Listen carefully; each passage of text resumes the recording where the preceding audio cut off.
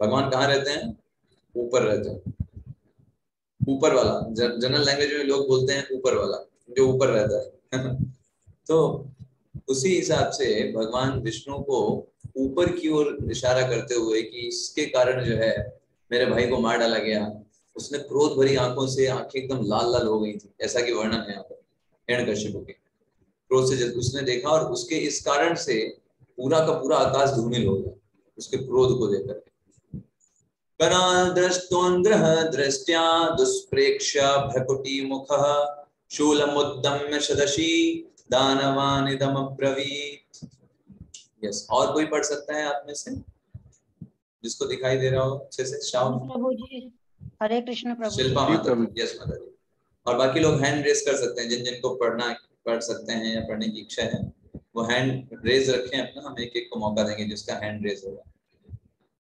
पढ़िए माता जी।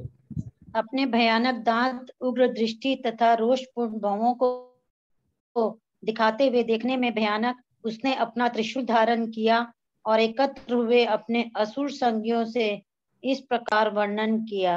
हाँ, एकदम क्रोध से लाल होकर के ना, अब सारे संगियों को बुला लिया, कहा कि अब छोड़ना नहीं है किसी भी हाल में, कुछ भी हो जाए अब वो तो युद्ध करके रहना। बिल्कुल इतना इतना क्रोध था उसके अंदर। अब देखो क्या बोल रहा है अपने सारे संगियों से। भो भो दानव दानव दैतेया त्रिमूर्धस्त्रक्ष संबरा सतबाहो हयग्रीवा नमुचे पाक इलवला।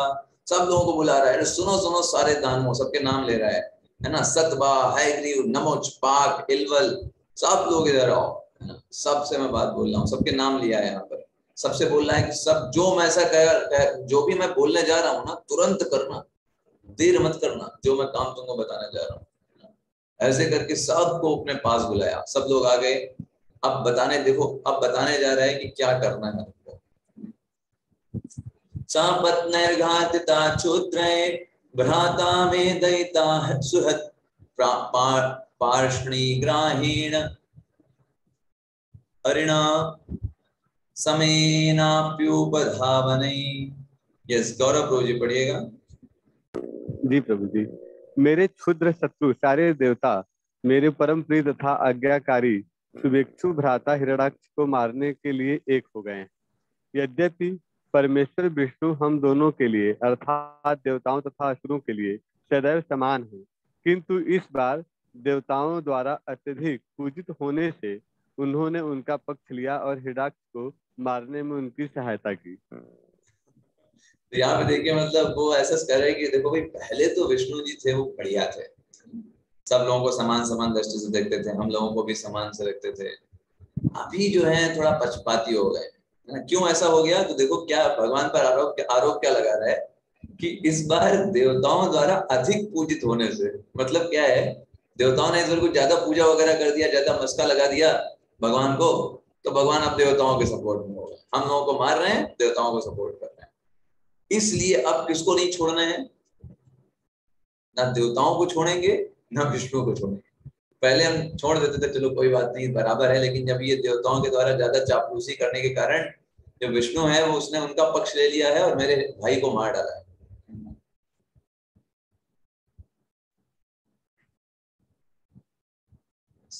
चलिए आगे आगे पढ़ते हैं।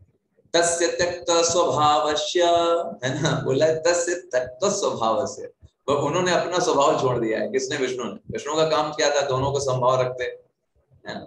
घृणे मार्यावनौकशा भजन्तम भजमानस्य बालस्य वास्तिरात्मना। देखो भगवान पे कितना बड़ा आरोप लगा रहा है।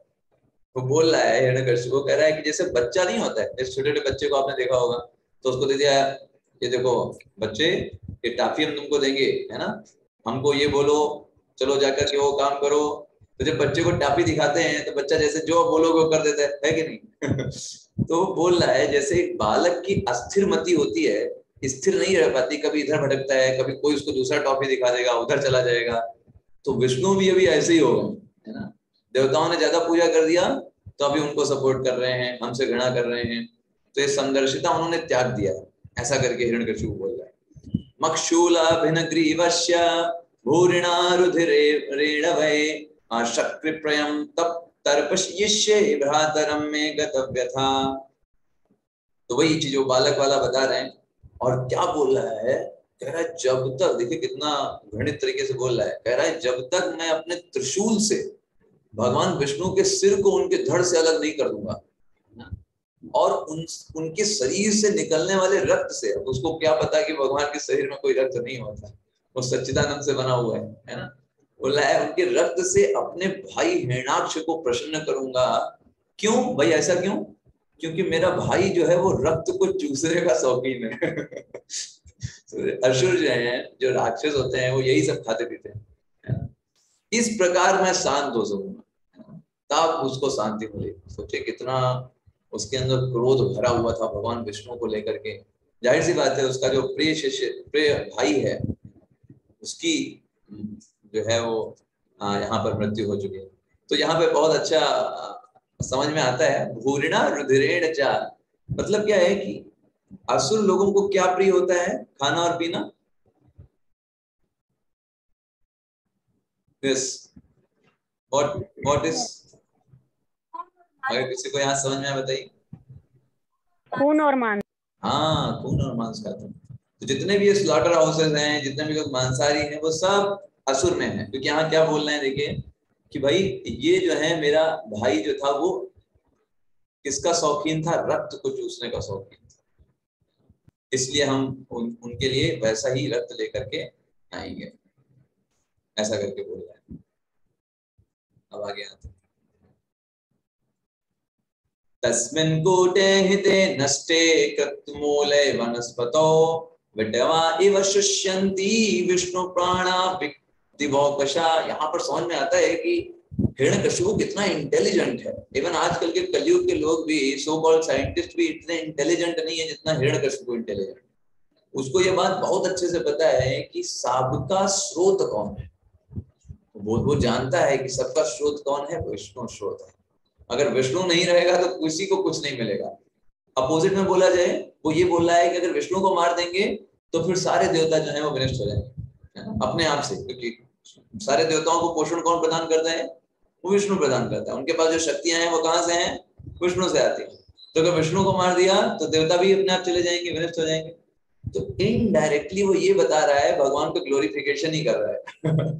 डायरेक्टली ऐसा लग रहा है कि वो अपराध दृष्टि से बोल रहा है, लेकिन इनडायरेक्टली वो भगवान का ग्लोरिफिकेशन कर रहा है कि देवताओं के पास भी जो शक्तियां हैं वो विष्णु से ही आती है। विष्णु अर्थात कृष्ण। यस, पढ़िएगा, इसके लिए रुकिए। और एक उसने हैंड रेस किया था,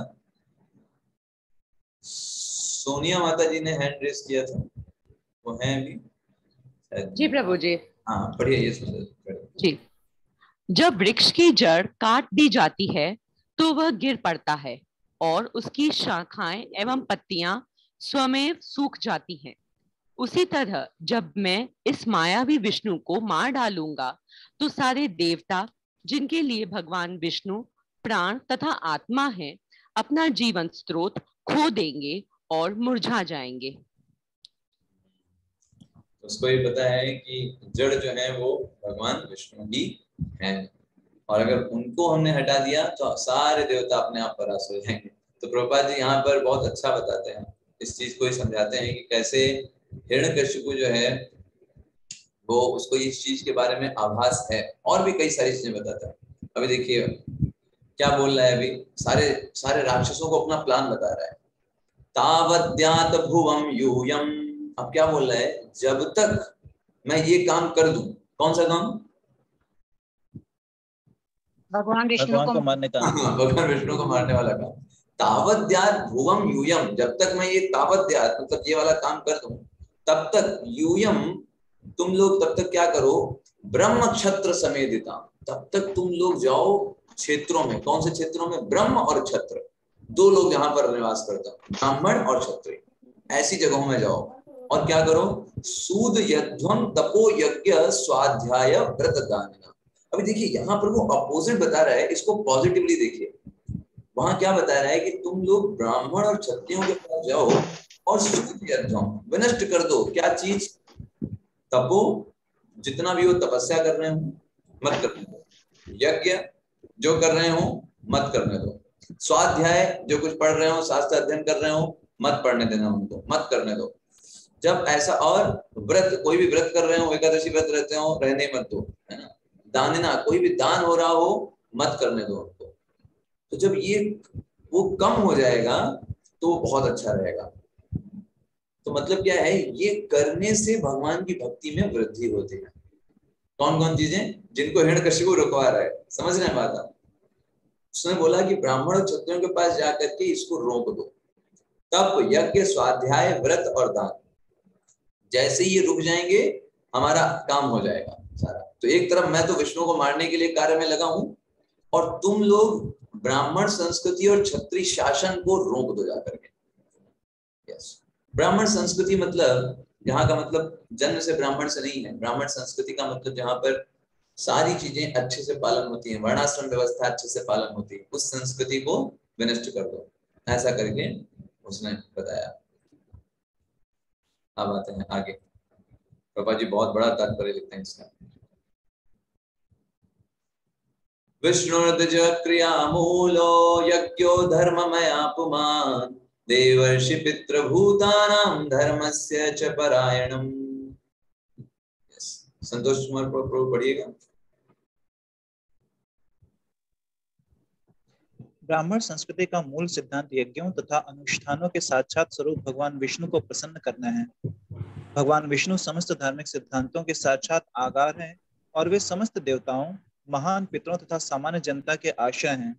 यदि ब्राह्मणों का वध कर दिया जाए तो क्षत्रियों को यज्ञ संपन्न करने के लिए प्रेरित करने वाला कोई नहीं रहेगा, और इस तरह सारे देवता यज्ञों द्वारा प्रसन्न न किए जाने पर स्वतः मर जाएंगे।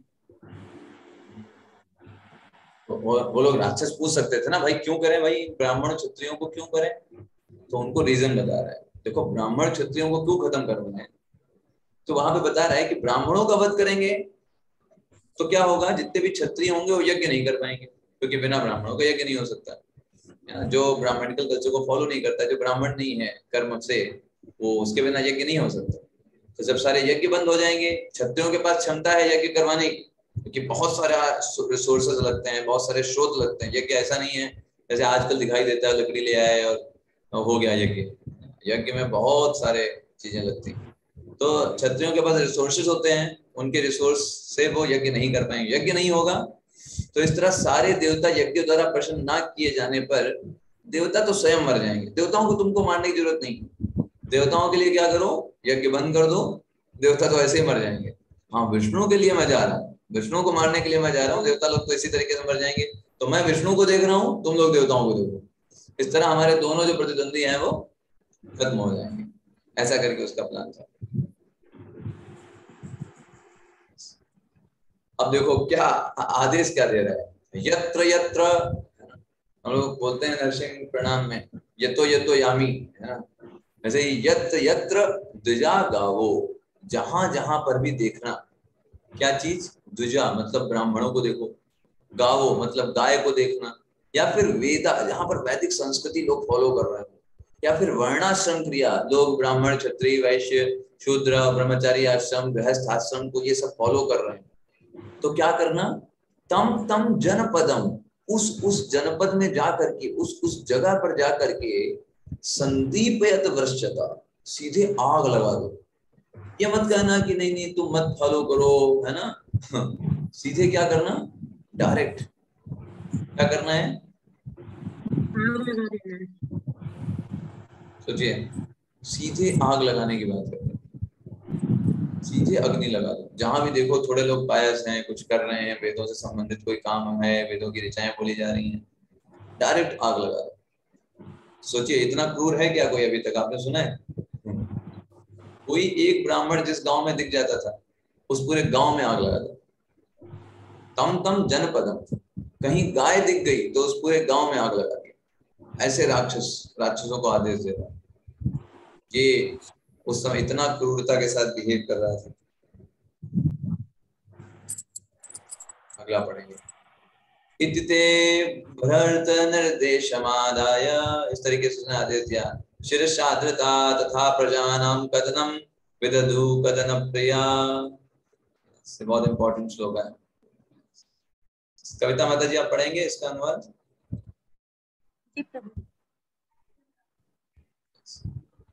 या और कोई पढ़ना चाहते हैं?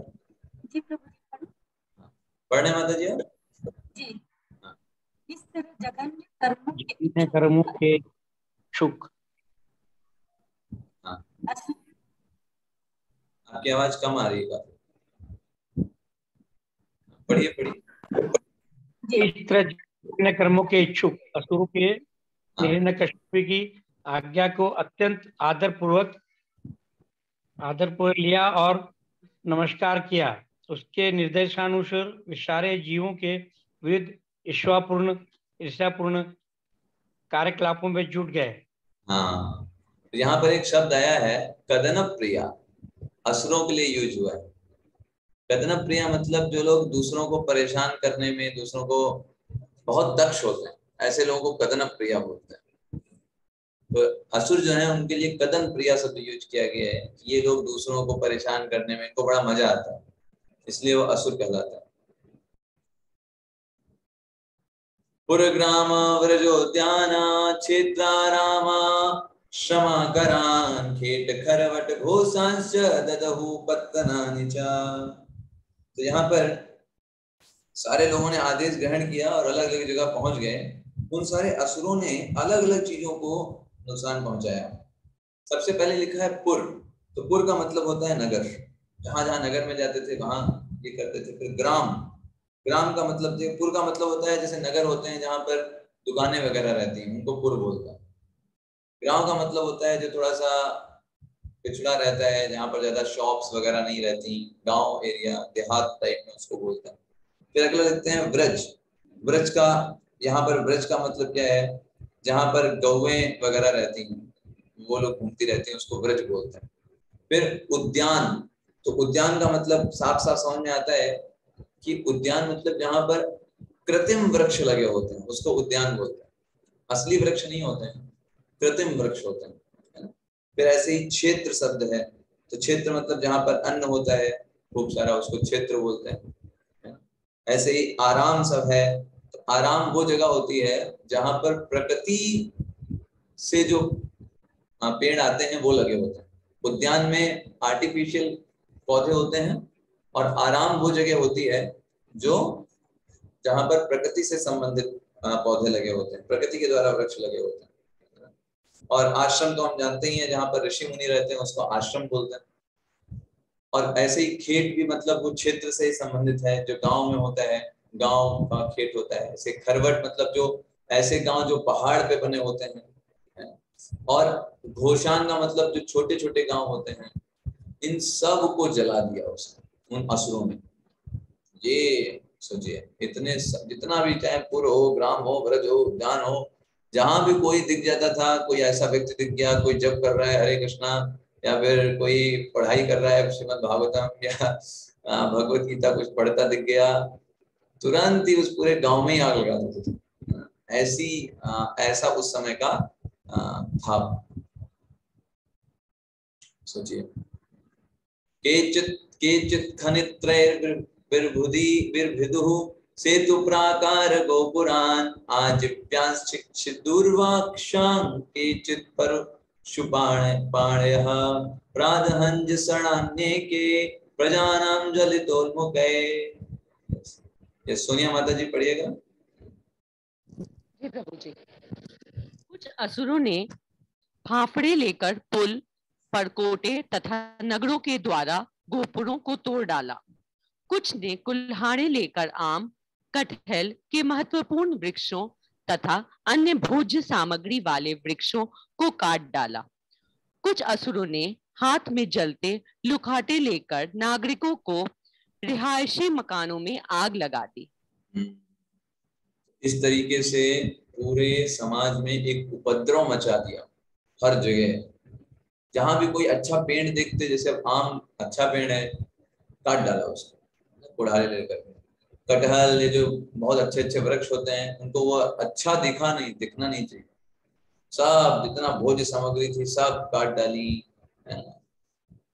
पुल तोड़ डाले, नगर में आग लगा डाला, गोपुर तोड़ डाले जो नगर के द्वार होते हैं। इस तरीके से एकदम पूरा जो परिस्थिति थी वो उपद्रवी बना दिया। जब इस तरीके की चीज देखी देवताओं ने, एवं विपकृते एवं विप्रकृते, इतना जब सताया जाना देखा कि इतने लोगों को सताया जा रहा है, देवताओं के पास तो कुछ पहुंच ही नहीं रहा है, जहां भी कोई कुछ करता है तुरंत पूरे गांव में आग लगा देता है। तो एवं विप्रकृति, इस प्रकार जब सताया गया लोगों को देखा, दैतेन्द्रिय चरय मुहु, मुहु का मतलब होता है बार बार, है ना, बार बार सताया जा रहा था। दिवम देवा परित्यज्य भुवि चेरु अलक्षिता, सारे देवताओं ने पहले तो स्वर्ग लोग वहीं पे सब बंद कर दिया और त्याग दिया उसको, क्योंकि वहां कुछ पहुंच ही नहीं रहा है। अब आप सोचिए, आप 5 स्टार होटल में बैठे हुए हैं, बहुत अच्छी बात है, लेकिन खाना नहीं मिलेगा तो कितने दिन रहेंगे वहां पे, है ना। तो देवता लोगों को वहां पे कुछ मिल ही नहीं रहा था खाना, क्योंकि खाना कैसे मिलता है उनको, देवताओं को यज्ञ से प्रभु जी, यज्ञ से मिलता है। जब कोई यज्ञ करता है तो यज्ञ से उन देवताओं को खाना मिलता है। ये डिपेंडेंस भगवान ने बना करके रखा है कि देवता लोग पृथ्वी, जो मनुष्य हैं उनको सपोर्ट करेंगे, पानी जल अग्नि ये सब दे करके, और जो मनुष्य होंगे यज्ञ करके उनको सेक्रीफाइस कर करके उनको उसकी अपनी कृतज्ञता की पूर्ति करेंगे। लेकिन यहाँ तो कोई कुछ करने नहीं दे रहा है लोगों को। देवता लोग वहां भूखे प्यासे आ गए पृथ्वी लोक पर ही, और हिरण्यकशिपु का प्लान सक्सेसफुल हो गया। उसका तो यही काम ही था, उसने कहा देवताओं के लिए परेशान मत हो, देवताओं के लिए बस यही काफी है, बस यही इसको रोक दो, देवता लोग अपने आप शरण में आ गए। और देवता लोगों के साथ वैसा ही हुआ, वो बाध्य हो गए, उनको नीचे आना ही पड़ा। और वो भी कैसे घूम रहे थे, अलक्षिता, छुप छुप करके। अलक्षिता का मतलब होता है छिप करके, दूसरे वेश बना लिया और ऐसे ही सामान्य नागरिक की तरह घूमने लगे, यहाँ पर इधर उधर विचरण करने लगे। ऐसा आक्रोश फैलाया था। हिरण्यकशिपुर्भ्रातुर् संपरेतस्य दुःखिता कृत्वा कटोदकादीनि भ्रातपुत्रं सांत्वयत्। अब देखिए यहाँ पर एक बहुत ही अच्छी चीज समझ में आती है। हिरण्यकशिपुर भ्रातु अपने भाई हिरण्याक्ष की मृत्यु से वो बहुत ज्यादा दुखी था, बहुत दुखी था। उसने क्या किया, कृत्वा कटोदक, अपने भाई के लिए श्राद्ध किया। तो श्राद्ध कर रहा है, आप देख रहे हो इस बात को, ये व्यक्ति खुद वेदों के नियमों का पालन कर रहा है ना। श्राद्ध करना वेदों में कहा गया है, लेकिन उधर ब्राह्मणों को नहीं करने दे रहा है, ब्राह्मण क्षत्रियों को आग लगवा दे रहा है। वो खुद जानता है कि इसका प्रभाव पड़ता है। अगर वो नहीं जानता होता तो क्यों कर रहा होता, खुद क्यों करता अपने भाई का, अगर विश्वास नहीं होता वेदों पर तो खुद उसको विश्वास है, इसकी महिमा को जानता है, इसलिए खुद उसने श्राद्ध किया उन लोगों, अपने भाई का। अब क्या किया, अपने भतीजों को बुलाया। भतीजे कौन होंगे, किसके पुत्र होंगे भतीजे, भाई के बच्चे, भाई के बच्चे, अक्षय के पुत्र। तो उनको तो बहुत दुख हो रहा होगा, इसलिए उनको बुलाया अपने पास। अब उनके नाम लिखे हुए हैं, शकुनी संवरम धष्टिम भूत संतापनम व्रकम कालनाभम महानाभम हरिश्म श्रमथोक्षम तन्मांतर रुषाभानुम दितिम चा जननीम गिरा। और साथ साथ में उसने उसकी पत्नी हिरण्याक्ष की पत्नी जिसका नाम था रुषाभानु, उसको भी बुलाया। और दिति चा जननीम गिरा, और दिति को भी बुलाया। दिति कौन है, वो दिति उनकी माता हिरण्याक्ष हिरण्यकशिपु। हिरण्याक्ष, और वो भी दुखी थी क्योंकि उसका तो पुत्र मरा था, उसको भी बुलाया अपने पास। शलक्षण्यादेश कालज्ञ इदमाहाजनेश्वरा, ये बहुत इंपॉर्टेंट चीज। देखिए, हालांकि क्या हिरण्यकशिपु के पास टाइम था या फिर वो इस मूड में था कि वो तो ये पूरा प्लान बनाया था कि हमें युद्ध करना है, जाकर के विष्णु को पराजित करेंगे, करेक्ट ना, इसी मूड में था पूरा। लेकिन देश कालज्ञ, देश और काल की परिस्थिति के आधार पर उसने अपने आप को शांत किया और पहले इन लोगों को समझाने का काम किया। किन लोगों को, भतीजों को, उनके परिवारजनों को, भतीजों को, पत्नी को, माँ को, हिरण्याक्ष की पत्नी को और दिति को, कि ये लोग बहुत ज्यादा दुखी हो रहे थे, रोते ही जा रहे थे, रोते ही जा रहे थे बहुत ज्यादा। इसलिए उसको पहले शांत करने का दायित्व उसने पहले अपने ऊपर लिया। उसने इन लोगों को ये नहीं बोला कि तुम लोग भी जाओ हिरण्याक्ष का बदला लो, लोग जाओ घर घर में आग लगा दो जाकर के। ये सब अपने बाकी असुरों से बोला, इन लोगों से नहीं बोला। बड़ा राजनीतिज्ञ था, पटु था, उसको पता था कि ये लोग अभी युद्ध नहीं कर पाएंगे, इन लोगों को भेजने से कोई फायदा नहीं, ये लोग तो इतने दुखी हैं।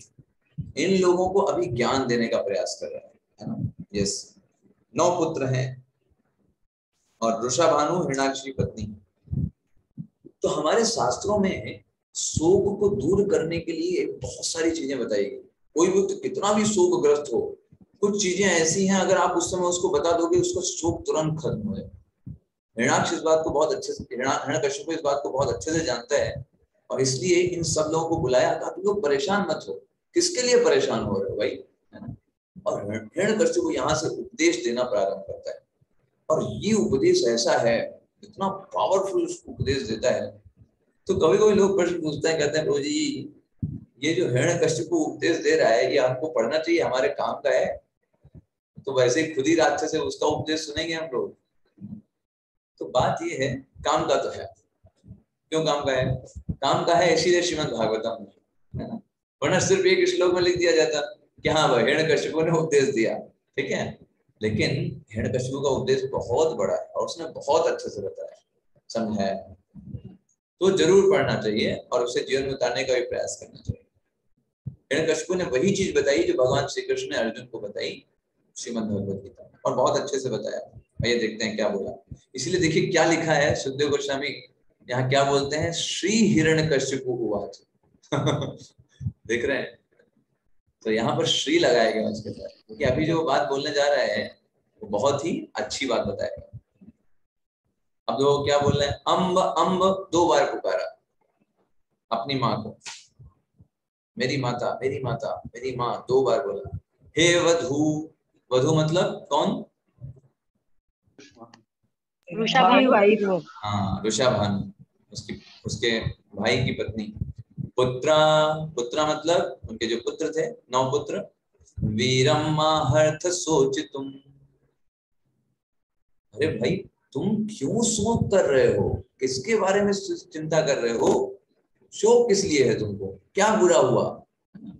रिपोरभिमुखे श्लाघ्या, अरे जो व्यक्ति युद्ध में अपने अपोजिट विपक्ष में रहने वाले व्यक्ति के हाथों मरता है, शूराणाम वध ईप्सितः, तो जो महान पुरुष होते हैं ऐसे वध के ऊपर बहुत ही ज्यादा प्रसन्न होते हैं। वो ऐसे चिंता नहीं करते कि अरे ये चला गया मर गया, वो तो बड़ा अच्छा मानते हैं कि बढ़िया ही हुआ, है ना। ये व्यक्ति एक ना एक दिन सबको मरना, हर एक ना एक दिन वहीं जाना, नीचे रख दीजिए, एक ना एक दिन तो सबको मरना ही है, किसी हो जाएंगे ही। तो अच्छा है कि सही कॉज के लिए मरे। जैसे जो क्षत्रिय होता है वो घर में रहे और हार्ट अटैक से मृत्यु हो जाए, उससे अच्छा है कि युद्ध में विपक्ष से लड़ते लड़ते अपने प्राणों की आहुति दे, तो ये उसके लिए गौरव की बात है। तो इसमें तुम परेशान क्यों हो, शोक क्यों कर रहे हो? उसकी मौत तो वास्तव में हम लोगों के लिए शान की बात है। उसने हमारे जो प्रतिद्वंदी थे, कौन थे प्रतिद्वंदी?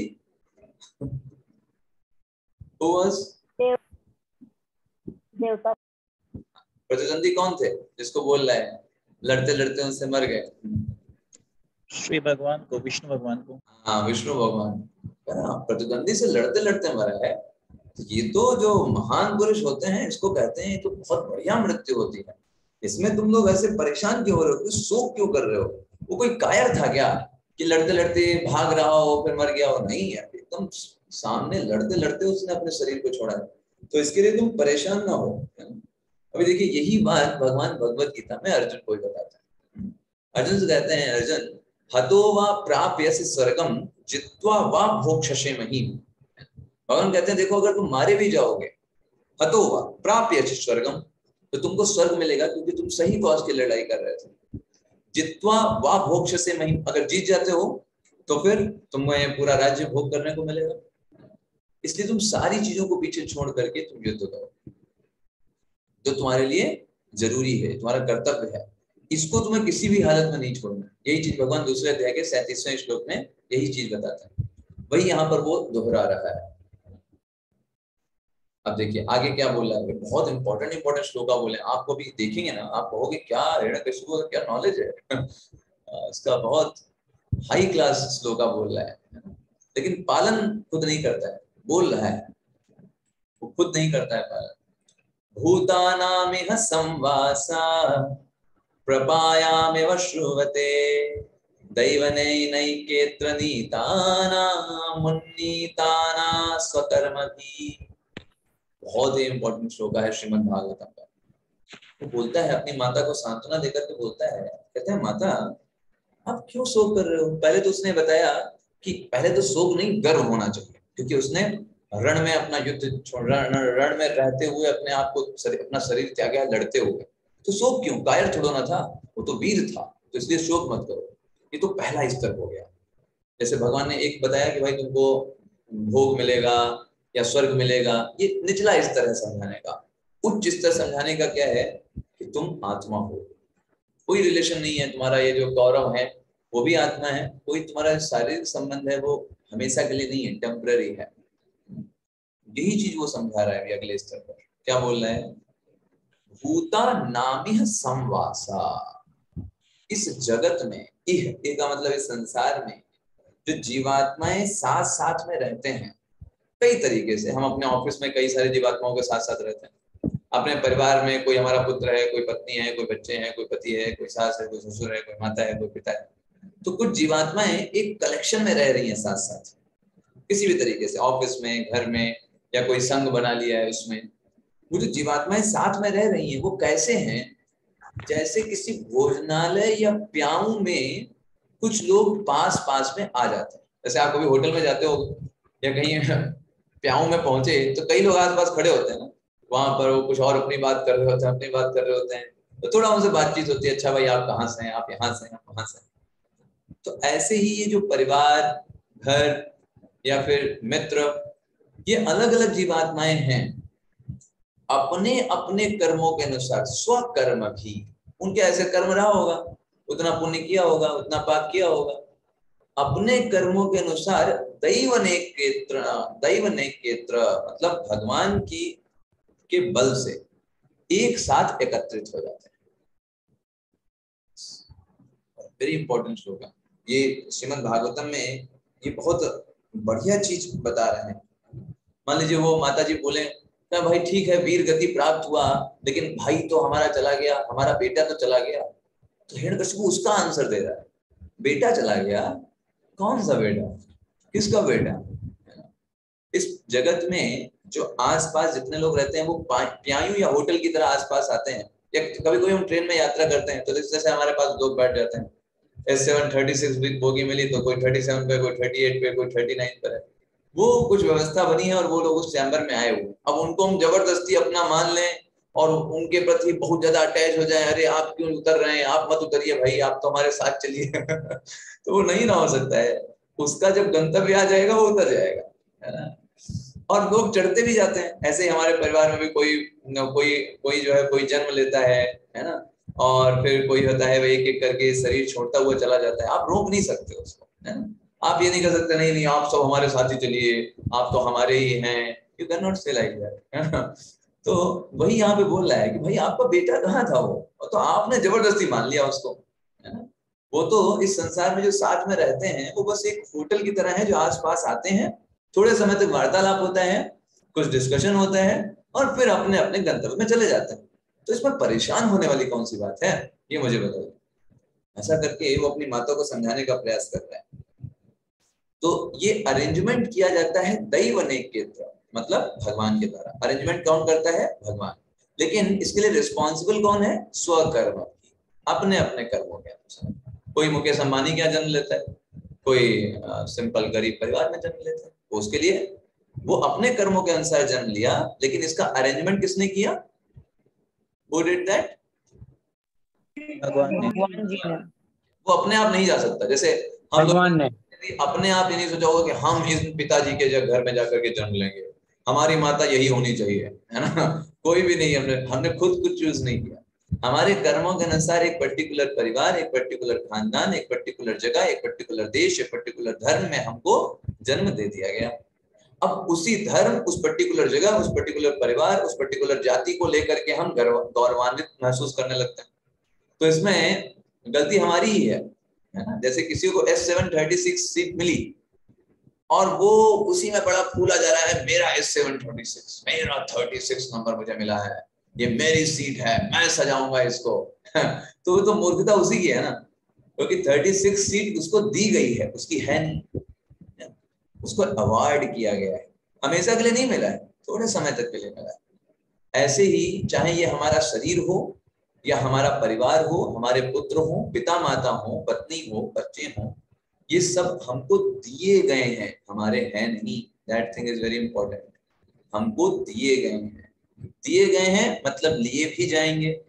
जब कोई चीज दी जाती है तो हमेशा के लिए नहीं हमारी, वो लिए भी जाएंगे। तो वो हमारे किसी भी रिस्पेक्ट में नहीं है, हमें उनकी टेक केयर करने की रिस्पॉन्सिबिलिटी दी गई है। जैसे for example this is body, ये मेरे पास ये मेरा शरीर है। हम बोलते हैं कि ये मेरा शरीर है, लेकिन ये शरीर हमारा नहीं है। इसकी टेक केयर करना हमारी रिस्पॉन्सिबिलिटी है। भगवान ने हमको ये शरीर दिया है, इसको हम भगवान की सेवा में लगा करके इस सदगति भी आत्मा की कर सकते हैं, और इसी को नशा पान करके, मांसाहार करके, इसको गलत संग में डाल करके इसको विनाश भी कर सकते हैं। तो ये हमको थोड़े समय तक के लिए दिया गया। जैसे गवर्नमेंट ने आपको आपके पैसों के आधार पर या तो स्लीपर में सीट दी है या एसी में सीट दिया है, वो आपने कितना खर्च किया उसके आधार पर। समझ रहे हैं बात आप? जैसे आपके पास ज्यादा रुपए थे, आपने कहा हम तो एसी वाले में जाएंगे, तो आप एसी में जाना चाहते हैं, इसका मतलब नहीं कि जा सकते हैं। गवर्नमेंट ने आपको अपॉर्चुनिटी दिया है, वहां की सीट अवेलेबिलिटी थी, तब आपको वो सीट मिली, तो गवर्नमेंट के द्वारा प्रदान की गई। आप ये नहीं बोल सकते कि मेरे पास पैसे हैं तो मेरा अधिकार हो गया। नहीं, गवर्नमेंट अगर ट्रेन ही बंद कर देगी तो कहां से जाओगे? दे तो गवर्नमेंट ही रही है, और लेकिन उसके लिए रिस्पॉन्सिबल आप तब हो जाते हो क्योंकि आपके पास उतने पैसे हैं कि आप एसी में जा सकते हो। ठीक इसी प्रकार से जितनी भी योनियां हैं सब भगवान के द्वारा ही अवार्ड की जाती है, और जिसके जितने अच्छे कर्म होते हैं उसको वो योनि प्रदान कर दी जाती है। अच्छे कर्म होंगे तो मानव योनि है, बुरे कर्म होंगे तो पशु योनि है, लेकिन चाहे मानव योनि हो या पशु योनि, देते भगवान हमारे कर्मों के आधार। That thing is very important. Yes, इसमें किसी का कोई डाउट है? कुछ लोग है, अगर कोई कुछ पूछना चाहता है पूछ सकता है। ओके, कोई नहीं डाउट? ठीक है, तो हम आगे बढ़ते हैं। ये एक श्लोका बहुत इंपॉर्टेंट है हमारी अंडरस्टैंडिंग पॉइंट ऑफ व्यू से। देखिए, जब ये श्लोका हम पढ़ते हैं तो हमें अंदर बड़ा वैराग्य हो जाता है, नहीं अरे ऐसा है क्या, वो डर लगने लगता है। डरने की बात नहीं, ये समझने की बात है। हमको ये समझना है, ये हमें वैराग्य इससे डेवलप करना है इस सेंस में कि हम इस भौतिक जगत में फंसे नहीं, हम जबरदस्ती शोक ना करने बैठे हैं किसी को लेकर के, किसी की मृत्यु पर नहीं।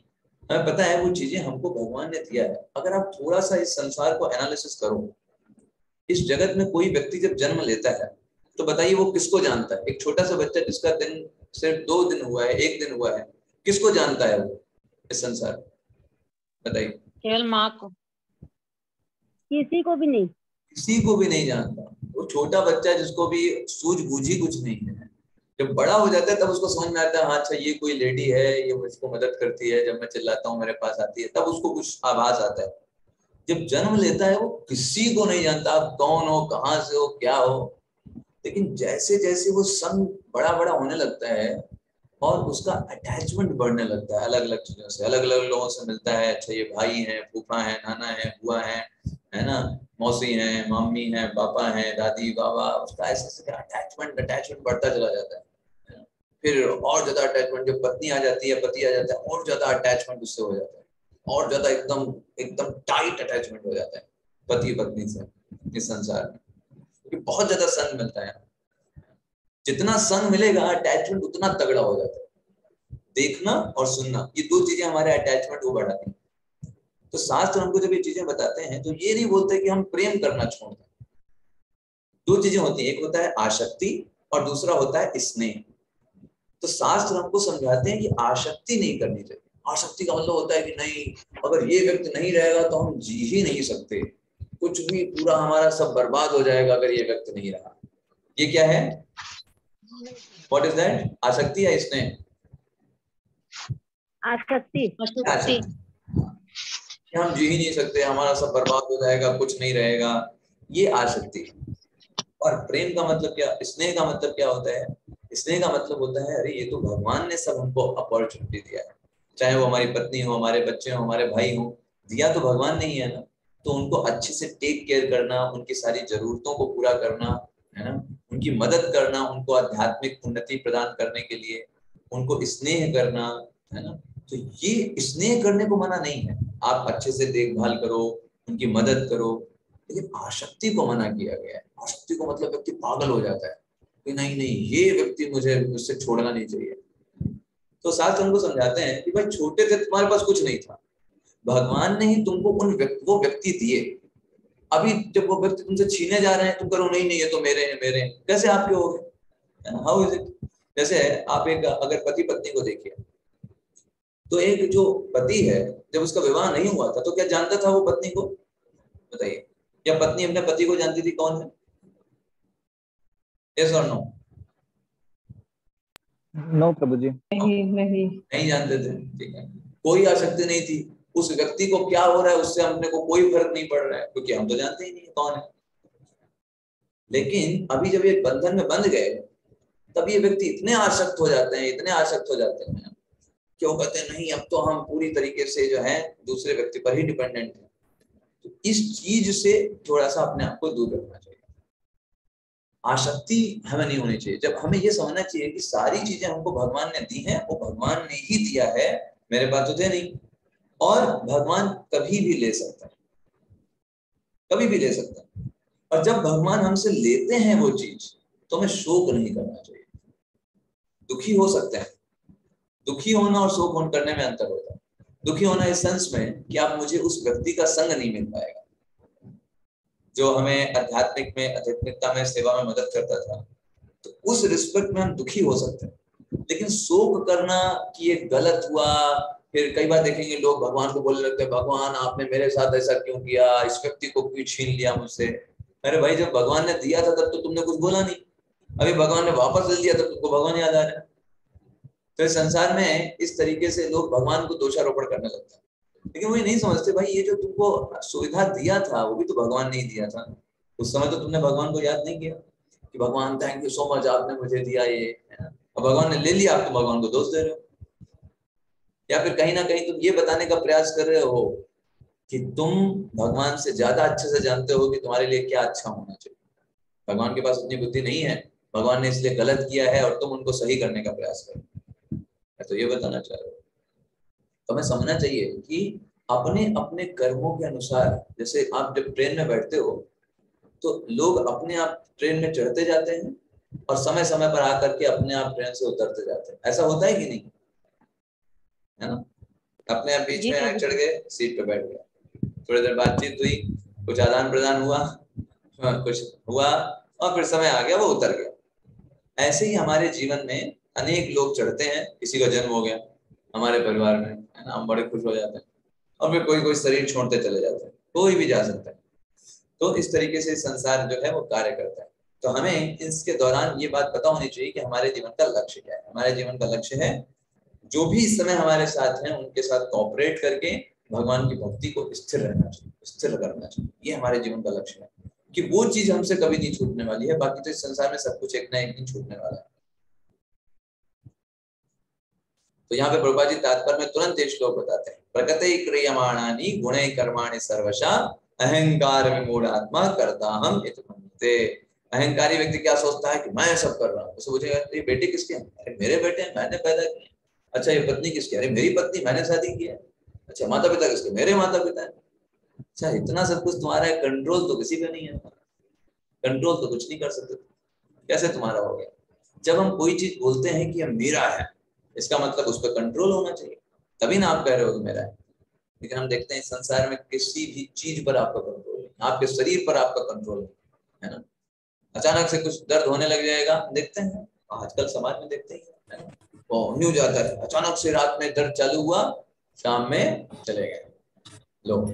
अपने शरीर पे ही कंट्रोल नहीं, बाकी लोगों को क्या कंट्रोल करेंगे आप? कैसे वो आपको? थोड़ा सा अगर हम इंटेलिजेंस लगाएं, दिमाग लगाएं, तो हमको समझ में आएगा कि संसार में किसी भी चीज पर हमारा नियंत्रण नहीं, सारी चीजें भगवान के नियंत्रण में। लेकिन सिर्फ और सिर्फ अहंकार में होने के कारण, अरे मेरे पास बहुत पैसा है, मेरे पास तो बहुत बड़ा पद है, मैं तो ये हूँ, मैं डीएम हूँ, मैं एसडीएम हूँ, वो सब धरा का धरा रह जाएगा। करता हम इति मन्यते, अहंकार के वश में आकर के वो अपने आप को कर्ता मान बैठता है कि मेरे बच्चे हैं, मैंने उत्पन्न किए, मेरा परिवार है। अपने आप को कर्ता मान करके वो भगवान को भूला हुआ रहता है। तो ऐसे करके ये हिरण्यकशिपु उपदेश दे रहा है अपने माता को और अपने भतीजों को। अब आत्मा के बारे में बता रहा है, कह रहा तुम लोग क्यों चिंता कर रहे हो, आत्मा को क्या कोई मार सकता है क्या? जैसे भगवान ने भगवत गीता में बोला, तुम क्या सोच रहे हो, भगवान ने बोला तुम क्या सोच रहे हो, तुम इन कौरवों को मार पाओगे, तुम सिर्फ इनके शरीर को मारोगे। यहाँ पे ये भी वही बता रहा है, नित्या आत्मा अव्ययः शुद्धा। वो बोल रहा है देखो आत्मा जो है वो तो हमेशा रहने वाली, वो तो कभी नहीं मरने वाली। अव्यय, उसका कोई नाश नहीं कर सकता। शुद्धा, समस्त प्रकार के भौतिक कल्मशों से रहित है। मतलब क्या है, देखिए हमारे अपने जीवन में जितनी भी अशुद्धियां प्रतीत होती हैं, क्या क्या है हमारे जीवन में अशुद्धियां जिनको हम मल बोल सकते हैं, क्या क्या हमको महसूस होते हैं जो मल के समान है और अशुद्धि है हमारे हृदय में, कोई बताएंगे?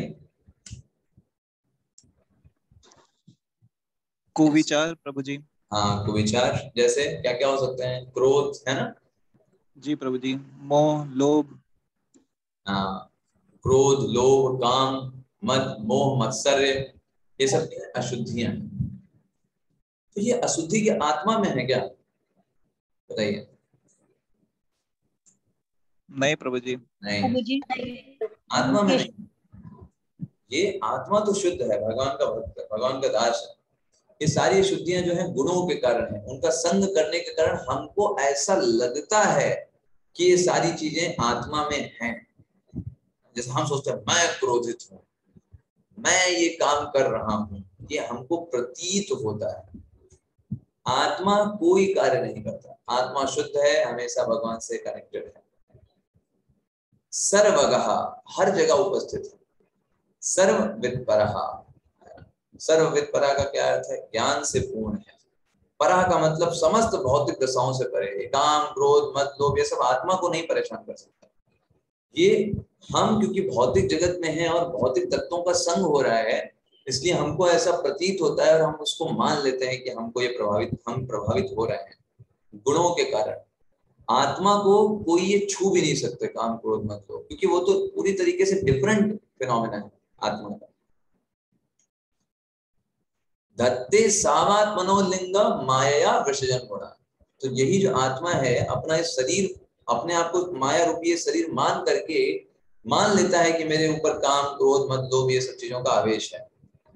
अगर कोई व्यक्ति बस इतना समझ जाए कि हम भगवान के दास हैं, उसमें स्थापित हो जाए, तो ये सारी चीजें उसको प्रभावित नहीं कर पाएंगे। तो यहाँ पे वो उदाहरण से समझाता है। कैसे उदाहरण हिरण्यकशिपु बताता है, यथा अम्भसा, जिस प्रकार से अम्बसा मतलब जल में, प्रचलता तरवो अपि। आपने कभी कोई देखा होगा नदी के पड़ोस में जो पेड़ लगे होते हैं, जब आप नदी के पानी को अगर हिला दें, हिलने लगे, लहर थोड़ा सा चले, उसमें चारों तरफ लहर निकले, तो प्रतिबिंब में आपको क्या दिखाई देगा कि पेड़ भी हिल रहा है। करेक्ट या नॉट, बताइए? पेड़ हिलता हुआ दिखाई देगा जी। तो मैं अगर आपसे पूछूं क्या पेड़ हिल रहा है क्या, बताइए? नहीं प्रभु जी, नहीं प्रभु जी, वो जल हिल रहा है, पेड़ नहीं हिल रहा है। उसी प्रकार से हिरण्यकशिपु क्या बता रहा है, कह रहा है कि देखो आत्मा तो हमेशा नित्य है, शुद्ध है, लेकिन जिस प्रकार से जल में थोड़ा सा कुछ अगर आपने डाल दिया तो ऐसा लगता है कि वो पेड़ हिल रहा है, लेकिन वास्तविकता में ऐसा नहीं होता। ठीक इसी प्रकार इस संसार में जो काम, क्रोध, लोभ या ये सब चीजें जो आवेशित करती हैं हमको, ये ठीक उसी तरह ही है। हमको लगता है कि आत्मा इन सब में फंसा हुआ है, आत्मा इन सब में नहीं फंसा हुआ है, हमारी जो उसका संग है वो फंसा हुआ है। आत्मा तो हमेशा से इन सारी चीजों से पूरी तरीके से अलग है, आत्मा को कभी ये चीजें आवेशित नहीं कर सकती। इस प्रकार से पेड़ को जल हिला नहीं सकता, लेकिन उसको मान लिया जाता है, उसको सही ना देख पाने के कारण हमें लगता है कि पेड़ हिल रहा है। एक और उदाहरण देता है कि चक्षुषा भ्राम्यमाणे न दृश्यते चलती वो भू। इस प्रकार से कभी कोई छोटे बच्चे आपने देखा होगा कि अगर वो बहुत तेज घूमे, राउंड राउंड राउंड राउंड करें और अचानक से खड़े हो जाएं, तो क्या होता है? उनको क्या लगता है कि सब कुछ घूम रहा है। होता है ऐसा? बताइए। यस प्रभु जी। हाँ, तो वैसे ही हमारे साथ भी वैसा ही, हम इतना तेजी से घूम रहे हैं, इतना तेजी से घूमने के कारण चीजें घूम नहीं रही हैं, लेकिन हमें लगता है कि वो घूम रही हैं। काम क्रोध लोग जो हैं ये मुझे प्रभावित कर रहे हैं। वास्तविकता में आत्मा इन सबसे परे है।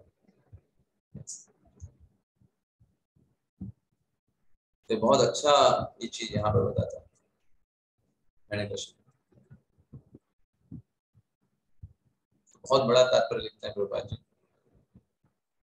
और इस तरह आपको बताता है कि इस तरीके से लोग जो क्या करते हैं, अपने आत्मा को शरीर मान लेते हैं और शरीर को आत्मा मान करके कार्य करते हैं। तो इस तरीके से जन्म मृत्यु का चक्र जो है चलता रहता है। कोई प्रिय मिल जाता है, प्रिय का वियोग हो जाता है तो दुखी हो जाते हैं। अप्रिय चीज उनको मिल जाती है तो उससे भी दुखी हो जाते हैं।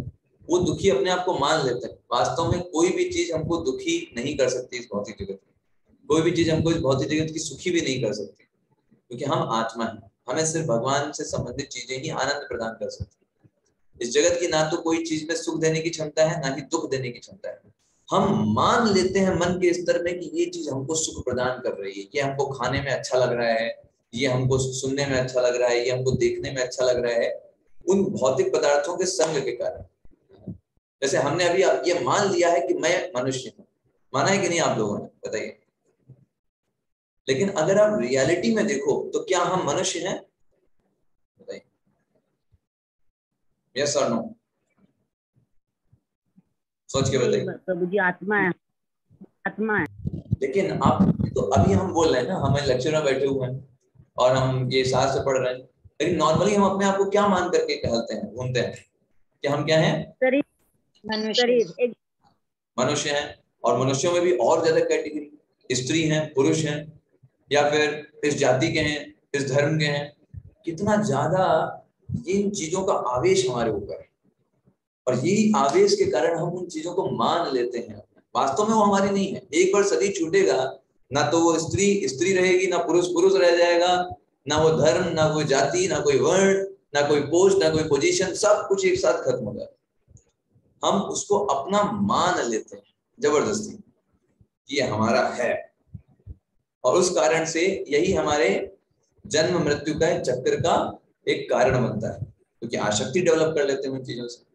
जैसे हमको एक शरीर मिला है, थोड़ा सा भी कष्ट होता है, अरे मेरे शरीर में कष्ट हो रहा है, मेरा ये दर्द कर रहा है, मेरा ये दर्द कर रहा है, तो उसको हम मान लेते हैं। इस कारण से इन सारी चीजों में हमें दुख और सुख के अनुभव होते रहते हैं। तो यहाँ पर हिरण्यकशिपु यही समझाने का प्रयास कर रहा है कि आप इससे ऊपर उठो। ये आपका बेटा सिर्फ थोड़े समय तक के लिए था, उसको कभी ना कभी तो जाना ही था, तो चला गया, अब इसमें शोक करने की क्या बात है।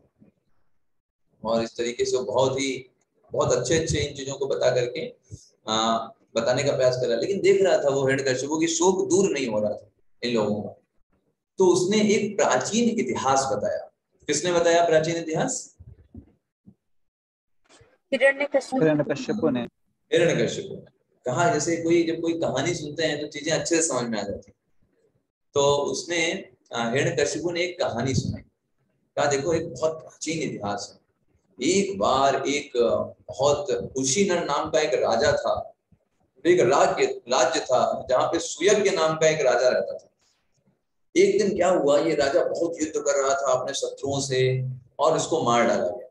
उस राजा को युद्ध में मारा गया। तो इसके सारे संबंधी, खास करके पत्नियां, मित्र, सब लोग आ गए और इसके शव के पास बैठ करके बहुत रोने विलाप करने लग गए, है ना। उस जो राजा जो मर गया था, उसके बारे में वर्णन आता है कि वो इतना ज्यादा, मतलब उसका सब रत्न लगे हुए थे, जटित था, युद्ध स्थल में लेटा हुआ था, बाल बिखरे हुए थे, आंखें कांतिहीन हो चुकी थी, युद्ध कर रहा था तो दांतों के द्वारा उसने अपने ओठ दबाए हुए थे, कि मतलब बहुत वीरता के साथ युद्ध कर रहा था, तब मारा गया था। अब इतना सब ये सब देखते हुए उसकी पत्नियां जो है बहुत विलाप कर रही थी कि अरे मेरे पति जो है नहीं रहे, अब क्या होगा, और ऐसे ऐसे करके खूब विलाप कर रहे थे। इतना विलाप कर रहे थे कि उनके विलाप की आवाज यमपुरी तक पहुंच गई, क्योंकि ये लोग क्या कर रहे थे, शव को अंतिम संस्कार नहीं कर रहे थे। आज शाम हो चुका था फिर भी नहीं कर रहे थे। तो इस कारण से जो यमराज जी जो थे, वो एक बालक का वेश बना करके वहां पर आए और उन लोगों को समझाने के लिए। वो क्या बोलते हैं यमराज जी समझाने के लिए? देखिए यहाँ पर सूर्य देखिए अस्त हो गया था। जनरली हमारे सनातन धर्म में ये परंपरा है कि अगर शरीर छोड़ दिया जाता है सुबह में, तो सूर्यास्त तक जो है उसको अंतिम संस्कार कर दिया जाता है। अगर दोपहर में भी शरीर छोड़ दिया तो सूर्यास्त तक अंतिम संस्कार हो जाना चाहिए, वरना अच्छा नहीं माना जाता। तो ये लोग तो जाने के लिए तैयार ही नहीं थे। जब ये चीज देखा तो यमराज जी स्वयं आ गए एक बालक के वेश में। और यमराज जी देखिए, अब उन यमराज जी किसको समझा रहे हैं अभी?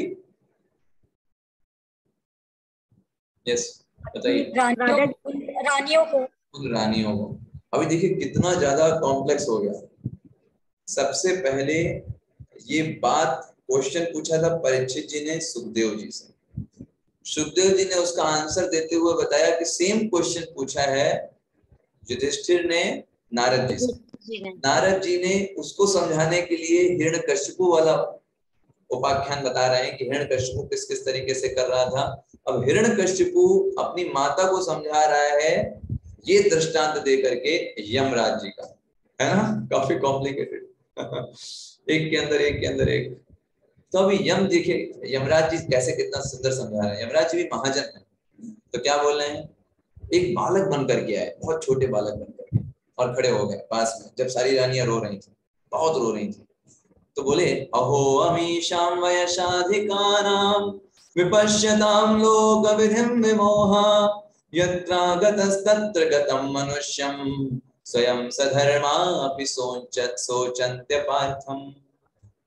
यस पढ़िएगा जी। हरे कृष्ण प्रभु।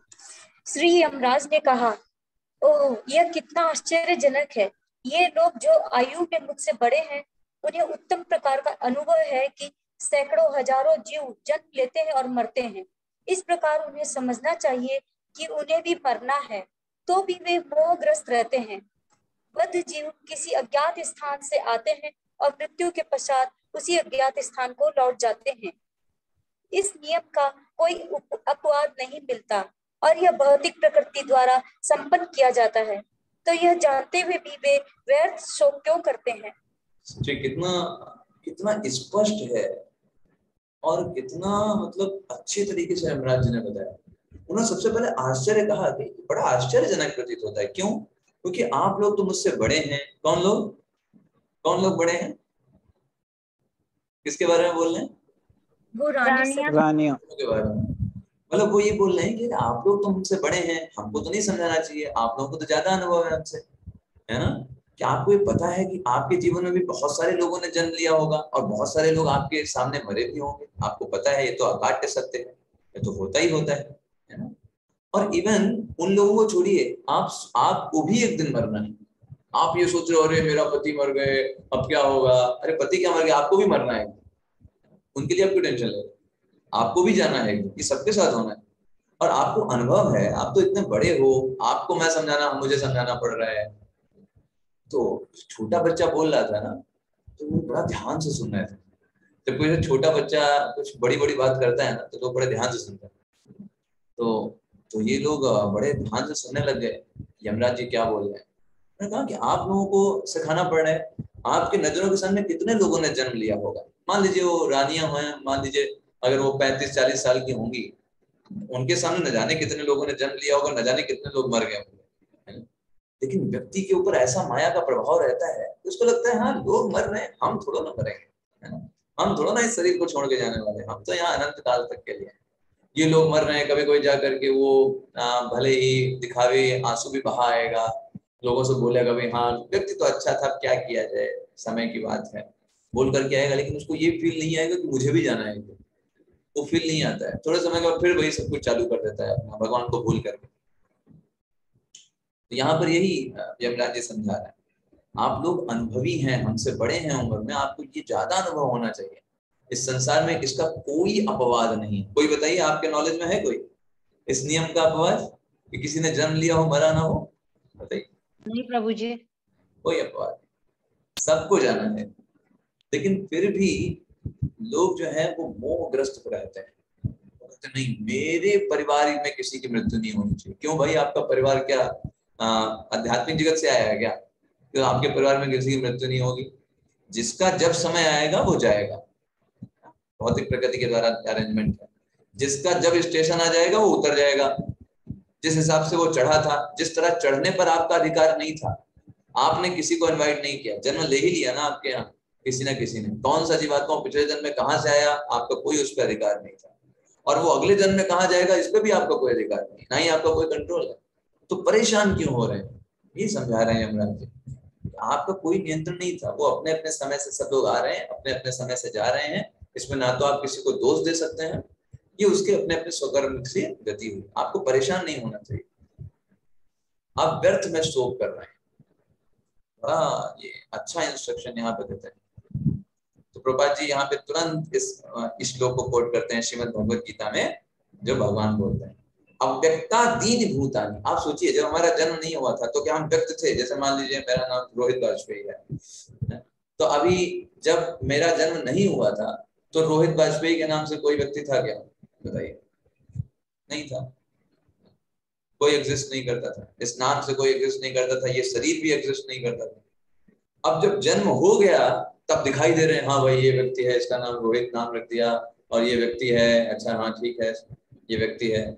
और जब मृत्यु हो जाएगी तब भी व्यक्त नहीं रहेगा। तो सिर्फ बीच की अवस्था है जब व्यक्ति को ये दिखाई दे रहा है, वो 70-80 साल या 60 साल या 50 साल या 30 साल 20 साल जो भी है, वो व्यक्ति उतने वर्षों तक लोगों को दिखाई देता है, हाँ ये व्यक्ति का नाम ये है, ये व्यक्ति ये है, ऐसे करके सब पहचान करते हैं, उसका नाम लिखाते हैं, एडमिशन कराते हैं, उसको उस नाम से पुकारते हैं।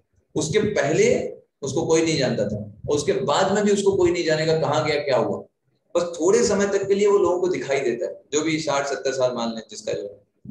अव्यक्तादीनि भूतानि व्यक्त मध्यानि भारत, बीच में वो व्यक्त होता है, व्यक्त मध्यानि। पहले भी अव्यक्त था, नहीं पता था कहाँ था, और बाद में भी अव्यक्त हो जाएगा, बीच में वो दिख रहा है।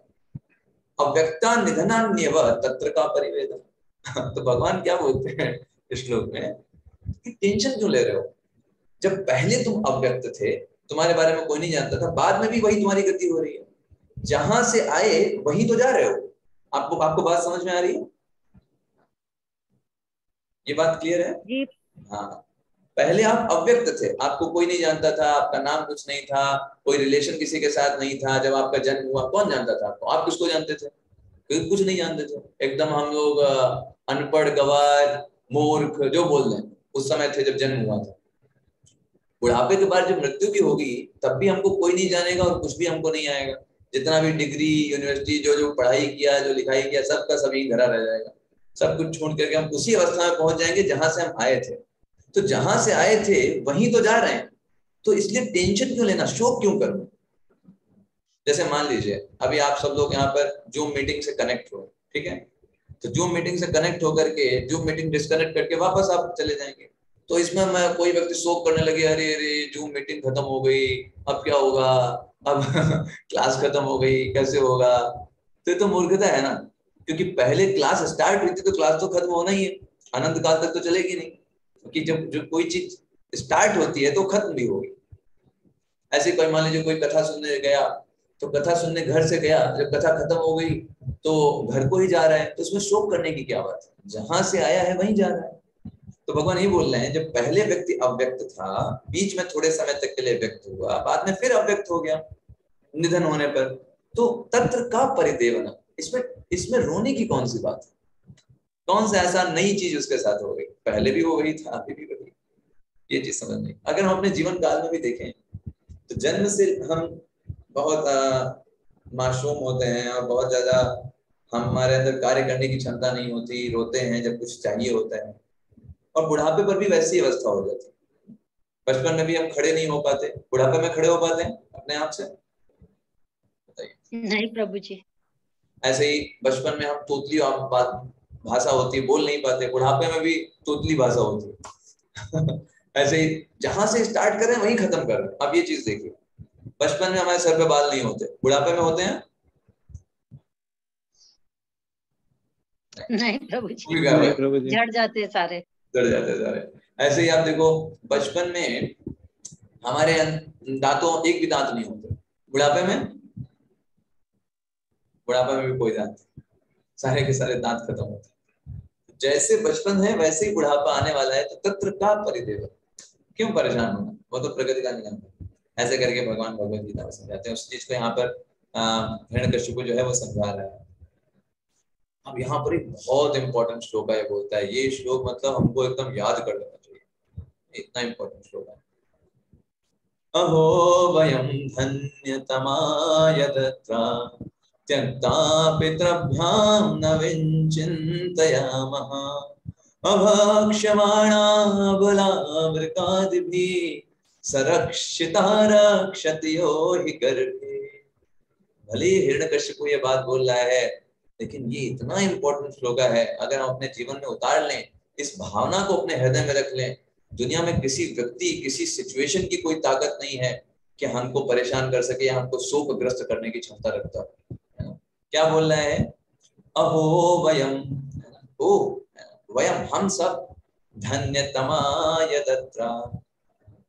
इस चीज को हम देखते हैं, कभी कभी ऐसा होता है, आपने भी कभी अनुभव किया होगा, कभी कभी कोई व्यक्ति की बहुत कीमती चीज बाजार में गिर जाती, लेकिन वो बाजार में गिरने के बाद भी सुरक्षित रहती, कोई नहीं उठाएगा उसे।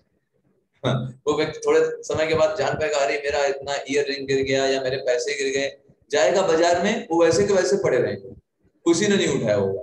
होता है ऐसा कभी कभी? बताइए। जी प्रभु जी। हाँ, ठीक है। और फिर क्या बोल रहे हैं? अभक्ष्यमाणा अबला वृकादिभिः। कभी कभी ऐसा होता है कि आपने बहुत सुरक्षित करके कोई चीज रखी है, सुरक्षित रखने के बावजूद भी वो चीज गायब हो जाती है। जैसे कभी कोई लोग बैंक में जमा करते हैं पैसा, बैंक में जमा किया है, सुरक्षित है, सुरक्षित है, बैंक ही करप्ट होकर के भाग गया है ना, बहुत बार हुआ, बहुत सारे बैंक करप्ट हो गए। तो मेन प्रिंसिपल क्या है? सारक्षिता रक्षत योग करते। जिस व्यक्ति ने गर्भ में हमारी रक्षा किया, जब हम गर्भ में थे, उल्टे पड़े हुए थे, धनुष के आकार में मुड़े हुए पड़े थे, किसने रक्षा किया उस समय हमारी? बताइए, कौन सा व्यक्ति था हमको सब प्रोवाइड कर रहा था, सारी चीजें, सारी फैसिलिटी? भगवान।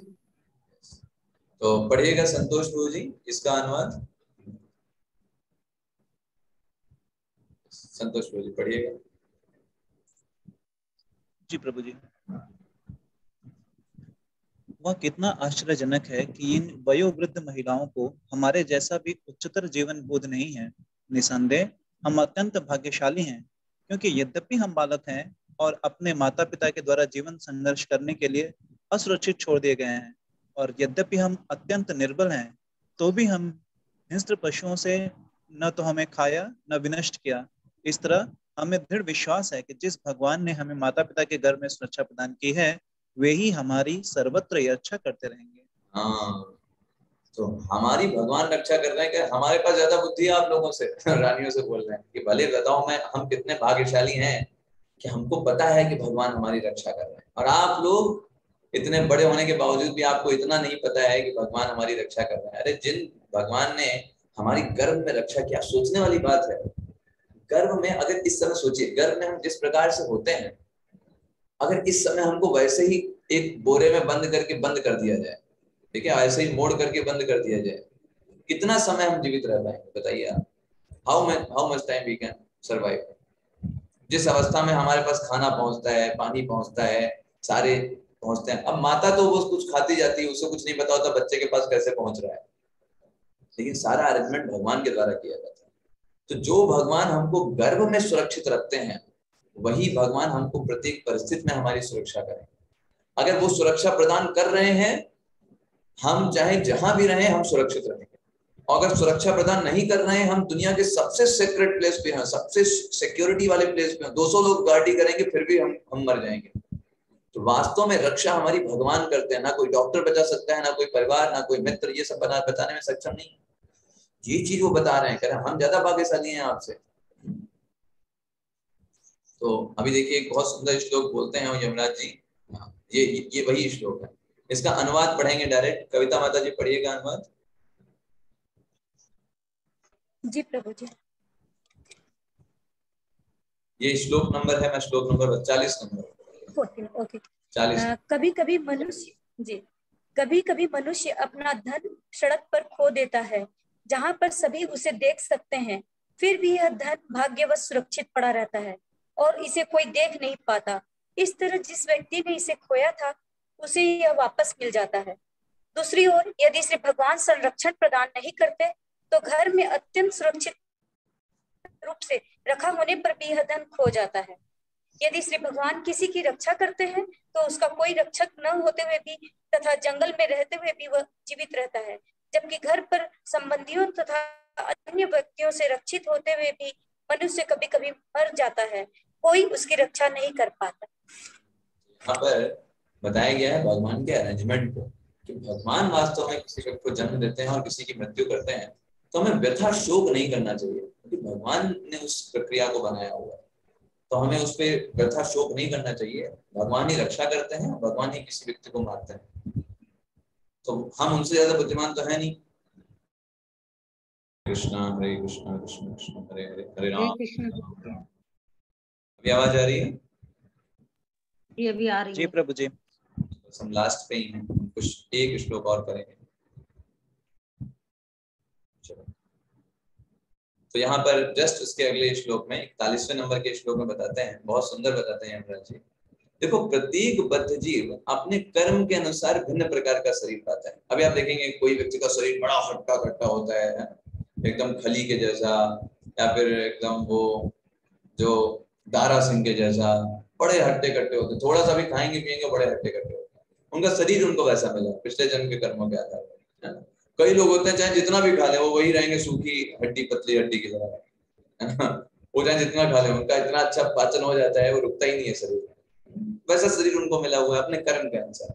कोई व्यक्ति जन्म से ही बहुत गोरा होता है, इतना गोरा होता है कुछ कहने का नहीं। कोई होता है जन्म से ही बहुत एकदम काला होता है।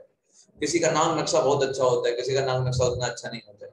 तो हर व्यक्ति अपने अपने कर्म के अनुसार भिन्न प्रकार का शरीर प्राप्त करता है। जैसे व्यक्ति अपनी अपनी हैसियत के अनुसार, एक ट्रेन बोगी में कोई जनरल में सवारी करता है, कोई स्लीपर में सवारी करता है, कोई एसी में सवारी करता है, कोई फर्स्ट एसी में चलता है, अपनी अपनी हैसियत के अनुसार। ऐसे ही अपने अपने कर्मों के अनुसार वो अलग अलग का शरीर प्राप्त किया है। और जब उसका काम कंप्लीट हो जाता है, भाई समय पूरा हो गया, रेंट हो गया पूरा, तो शरीर नष्ट हो जाता है। अब उतर जाओ ट्रेन से, अब ट्रेन में नहीं चढ़ना भाई, हो गया ना पूरा, जितना पैसा तुमने भरा था हो गया, खत्म हो गया, अब चलो उतरो ट्रेन से। भी थोड़ा ना तुम्हें हमेशा एसी में रहना है, हमेशा स्लीपर में बैठे रहना है, नहीं। यद्यपि आत्मा विभिन्न योनियों में विभिन्न प्रकार के सूक्ष्म तथा स्थूल शरीरों में स्थित रहता है, लेकिन वह आत्मा कभी नहीं बनता, क्योंकि वह व्यक्त शरीर से सदा भिन्न रहता है। बहुत इंपॉर्टेंट श्लोक है। देखिए, हमें चाहे जितना भी टेंशन हो, चाहे जितना भी हमें काम क्रोध मद लोभ परेशान करके रखें, हमें हमेशा ये चीज याद रखना चाहिए कि आत्मा इन सबसे अलग है, और किसी भी परिस्थिति में भगवान की सेवाओं को नहीं रोकना चाहिए। कभी ये नहीं सुनना चाहिए कि अरे हमें बहुत काम क्रोध लोभ बहुत ज्यादा आ रहा है, तो आज हम भगवान का नाम जप नहीं करेंगे, आज हम क्लास नहीं करेंगे, आज हम भगवत गीता नहीं पढ़ेंगे। नहीं, हमको पता होना चाहिए कि हम आत्मा इन सब चीजों से परे हैं। अभी भौतिक आवेश में है, भौतिक जगत में है, तो ये सब चीजें तो आक्रमण करेंगी। हमारा काम है अपने आप को नित्य भगवान से जोड़े रखना, ये हमारी रिस्पॉन्सिबिलिटी।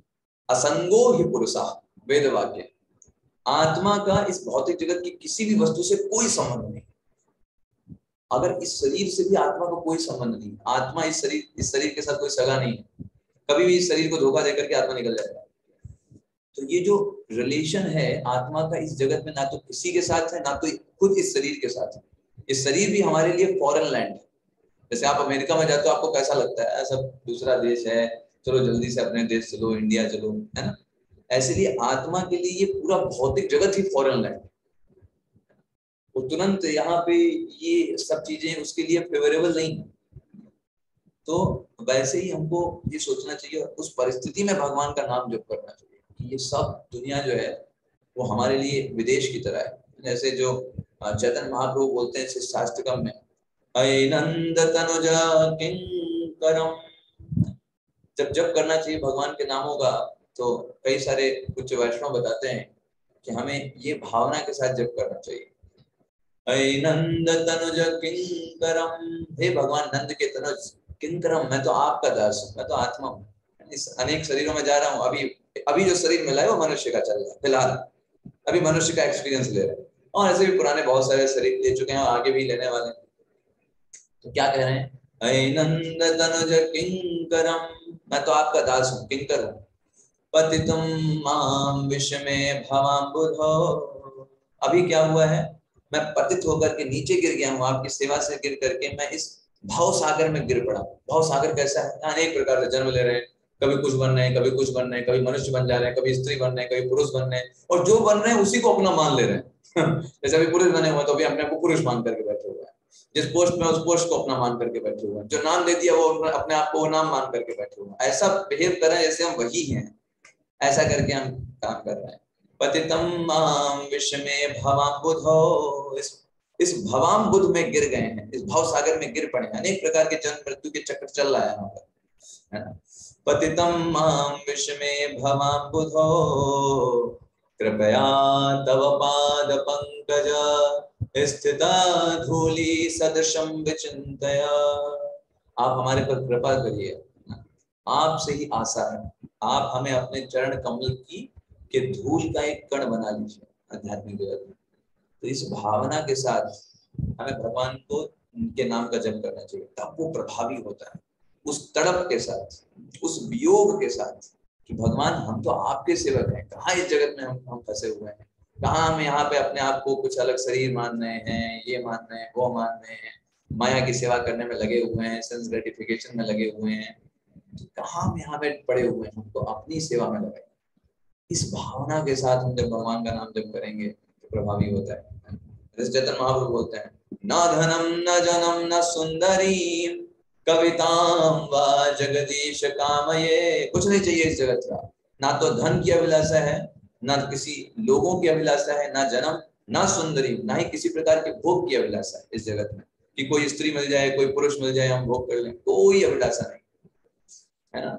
न धनम न जनम न सुंदरी कवितां वा जगदीश कामये, मम जन्मनि जन्मनि स्वरे भवताद भक्तिरहेतु त्वयि। सिर्फ आपकी निस्वार्थ भक्ति करने में ही हमारी इच्छा है, बस आपकी निस्वार्थ भक्ति होती रहे, हमें कोई फर्क नहीं पड़ता कहाँ जन्म मिलेगा, कहाँ क्या होगा। ये शुद्ध भक्ति की अभिलाषा होती है। कोई भगवान से ये नहीं बोलता मेरे दुखों को कम कर लो, भगवान हमको फ्री कर दो, हमारे अंदर कोई टेंशन न है।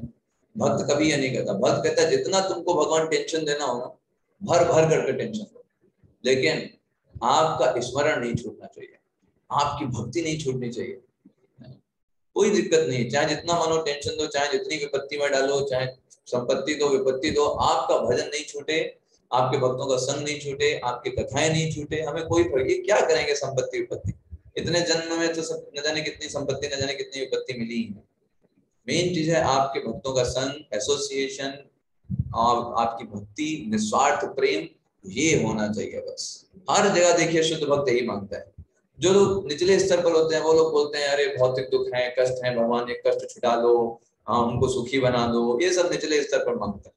उच्च स्तर पर भक्त मांगता है भगवान जितना जो तुमको, जो मेरे कर्म में लिखा हुआ है ना, जितने पास्ट टाइम्स में हमने जो कुछ किया हुआ है, विश्वनाथ चक्रवर्ती ठाकुर यही बोलते हैं वैष्णव, कहते हैं हम ये नहीं कह रहे कि मेरे कर्म फलों को नष्ट कर दो, बिल्कुल मत मेरे कर्म फलों को नष्ट करना, आप जितने मेरे दंड हैं सारे दंड हमको दो, हम स्वीकार करेंगे। आपकी भक्ति होती रहनी चाहिए, आपकी भक्ति साथ में चले, कोई डर नहीं किसी चीज का। इस भावना के साथ व्यक्ति जो है वो इन भौतिक परिस्थितियों से ऊपर उठ जाता है। और भगवान यही तो चाहते हैं कि हम ये समझें कि ये जो जगत में जो सुख और दुख है ये वास्तव में हमारे नहीं, ये शरीर से संबंधित है। शरीर है तो हम चीजों में सुखी हो रहे हैं, शरीर नहीं है तो नहीं होंगे। शरीर है तो कोई हमको गाली दे देता है, हम बुरा मान देते हैं, मेरे को गाली दे दिया है, मेरे को देखो ऐसे बोल दिया। शरीर है इसलिए वो सब महसूस हो रहा है। जिस दिन आप ये समझ जाएंगे कि हम आत्मा है और शरीर के साथ मेरा कोई संबंध नहीं, ना ही कोई व्यक्ति आपको इस भौतिक सुखों में बांध सकता है और ना ही कोई व्यक्ति आपकी निंदा करके, आपको गालियां दे करके आपको दुखी कर सकता है। That's the thing. We should understand. तो हम आज अभी यहीं तक रखेंगे, बस ये लास्ट इसका अनुवाद पढ़ेंगे फिर हम यहाँ पे एंड करेंगे। यस, संतोष कुमार प्रभु जी पढ़िएगा। जिस प्रकार एक गृह स्वामी अपने घर से पृथक होते हुए भी अपने घर को अपने से अभिन्न मानता है, उसी प्रकार अज्ञानवश बद्ध जीव इस शरीर को आत्मा मान बैठता है। यद्यपि शरीर आत्मा से वास्तव में भिन्न है, यह शरीर पृथ्वी, जल तथा अग्नि के अंशों के संयोग से प्राप्त होता है और जब वे कालक्रम में रूपांतरित हो जाते हैं तो शरीर विनष्ट हो जाता है। आत्मा को शरीर के इस सृजन तथा विलय से कुछ भी लेना देना नहीं रहता। तो यही एक लाइन आपके लिए काफी है ना? लास्ट की लाइन अपने माइंड में आप रख करके इस पर कंटेम्पलेट करिएगा। आत्मा को इस शरीर के सृजन तथा विलय से कोई लेना देना नहीं, कोई फर्क नहीं पड़ता कोई व्यक्ति शरीर छोड़ रहा है, कब वो व्यक्ति शरीर ले रहा है, आत्मा का उससे कोई रिलेशन नहीं, क्योंकि आत्मा को तो कोई छोड़ना ही नहीं सके। आत्मा तो हमेशा से रहेगा, है ना उसको कोई मार सकता है, ना कोई उसका कोई कुछ कर सकता है। बाकी जो इस जगत में लोग मरते हैं या जन्म लेते हैं, वो बस पृथ्वी जल अग्नि ये जो पंच महाभूत है उसका रूपांतरण हो रहा है। वो रूपांतरित होकर कोई शरीर बन गया या कोई शरीर नष्ट हो गया। आत्मा ना तो कभी जन्म ले रहा है, ना तो आत्मा कभी मर रहा है। आत्मा का शरीर से कोई रिलेशन नहीं। तो एग्जाम्पल के लिए क्या है, जैसे एक घर में रहने वाला व्यक्ति अपने आप को घर ही मान लेता है। घर में कुछ हो जाएगा तो उसको कष्ट होगा, ओ मेरे घर में खरोच पड़ गई, ओ मेरे दीवार में सीलन आ गई। अब आप मुझे बताओ, वो दीवार में सीलन आई है लेकिन उसको क्यों दर्द हो रहा है? क्योंकि उसने उस घर को ही स्वयं मान लिया। घर में कोई समस्या है मतलब मेरे में समस्या होगी। ऐसे ही जब हम पर काम क्रोध लोभ का आक्रमण होता है तो वास्तव में आत्मा पर आक्रमण नहीं हो रहा है, वो शरीर वो मान लेता है आत्मा के हमारे पर आक्रमण हो रहा है। अगर हम कोई व्यक्ति इसमें पूरी तरीके से सिचुएटेड है कि मैं आत्मा हूं और ये जो भी चीजें मेरे मन में उपस्थित हो रही हैं, ये जो भी विचार मेरी ये जो बुद्धि में आ रहे हैं, ये सिर्फ मन की उपज है, मेरा इनके साथ कोई रिलेशन नहीं, मैं तो भगवान का दास हूं, उनकी सेवा के लिए। उसी समय उन चीजों से मुक्त हो जाएगा। जैसे जो एक घर में रहने वाला व्यक्ति मान ले कि मैं ये यहाँ पे इंडिविजुअली हूँ और ये घर है, घर में सीलन लगी है, मुझ में सीलन नहीं लगी। ऐसे ही जीवात्मा को ये बात समझना है कि जितने भी विकार इस संसार में देखते हैं, काम क्रोध मद लोभ, ये सब मन की उपज के कारण शरीर में उत्पन्न होने वाला है ना। ये आत्मा का इनके साथ कोई रिलेशन नहीं। ये इस बात को समझ जाएगा तो वो व्यक्ति हमेशा भगवान की भक्ति में स्थित रह सकता है। भाई मैं हूँ आत्मा और मुझे भगवान की सेवा को प्रायोरिटी देना है। बाकी जो सारे संबंध हैं, पत्नी बच्चे, इन सबके लिए ड्यूटीफुल रहना है, उनको अफेक्शन करना है, उनको स्नेह देना है, क्योंकि वो भी भगवान ने ही हमको प्रोवाइड किया। ऐसा नहीं कि एकदम वैरागी हो गए, हम तो आत्मा है भाई, पत्नी हमारी नहीं, बच्चे हमारे नहीं, सब अपना अपना देख लो। ऐसे नहीं। सही कॉन्शियसनेस क्या है कि वो सब भी भगवान के हैं, लेकिन अभी भगवान ने मेरी सेवा के लिए दिया, यहाँ आप टेक केयर करो। और भगवान ने दिए हैं, भगवान की जब इच्छा होगी तब ले भी लेंगे, है ना भैया।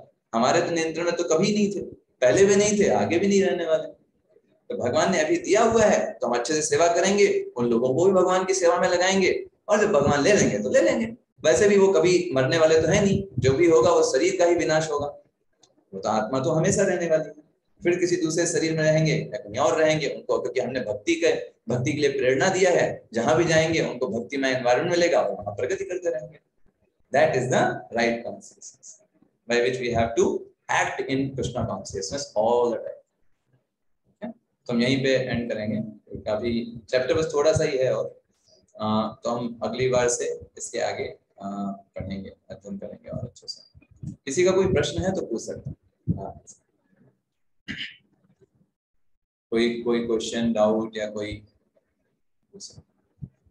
यस संतोष प्रभु जी, मेरा प्रश्न कैंटो 7 चैप्टर 1 से था, जो हमने पिछली बार पढ़ा था। अच्छा,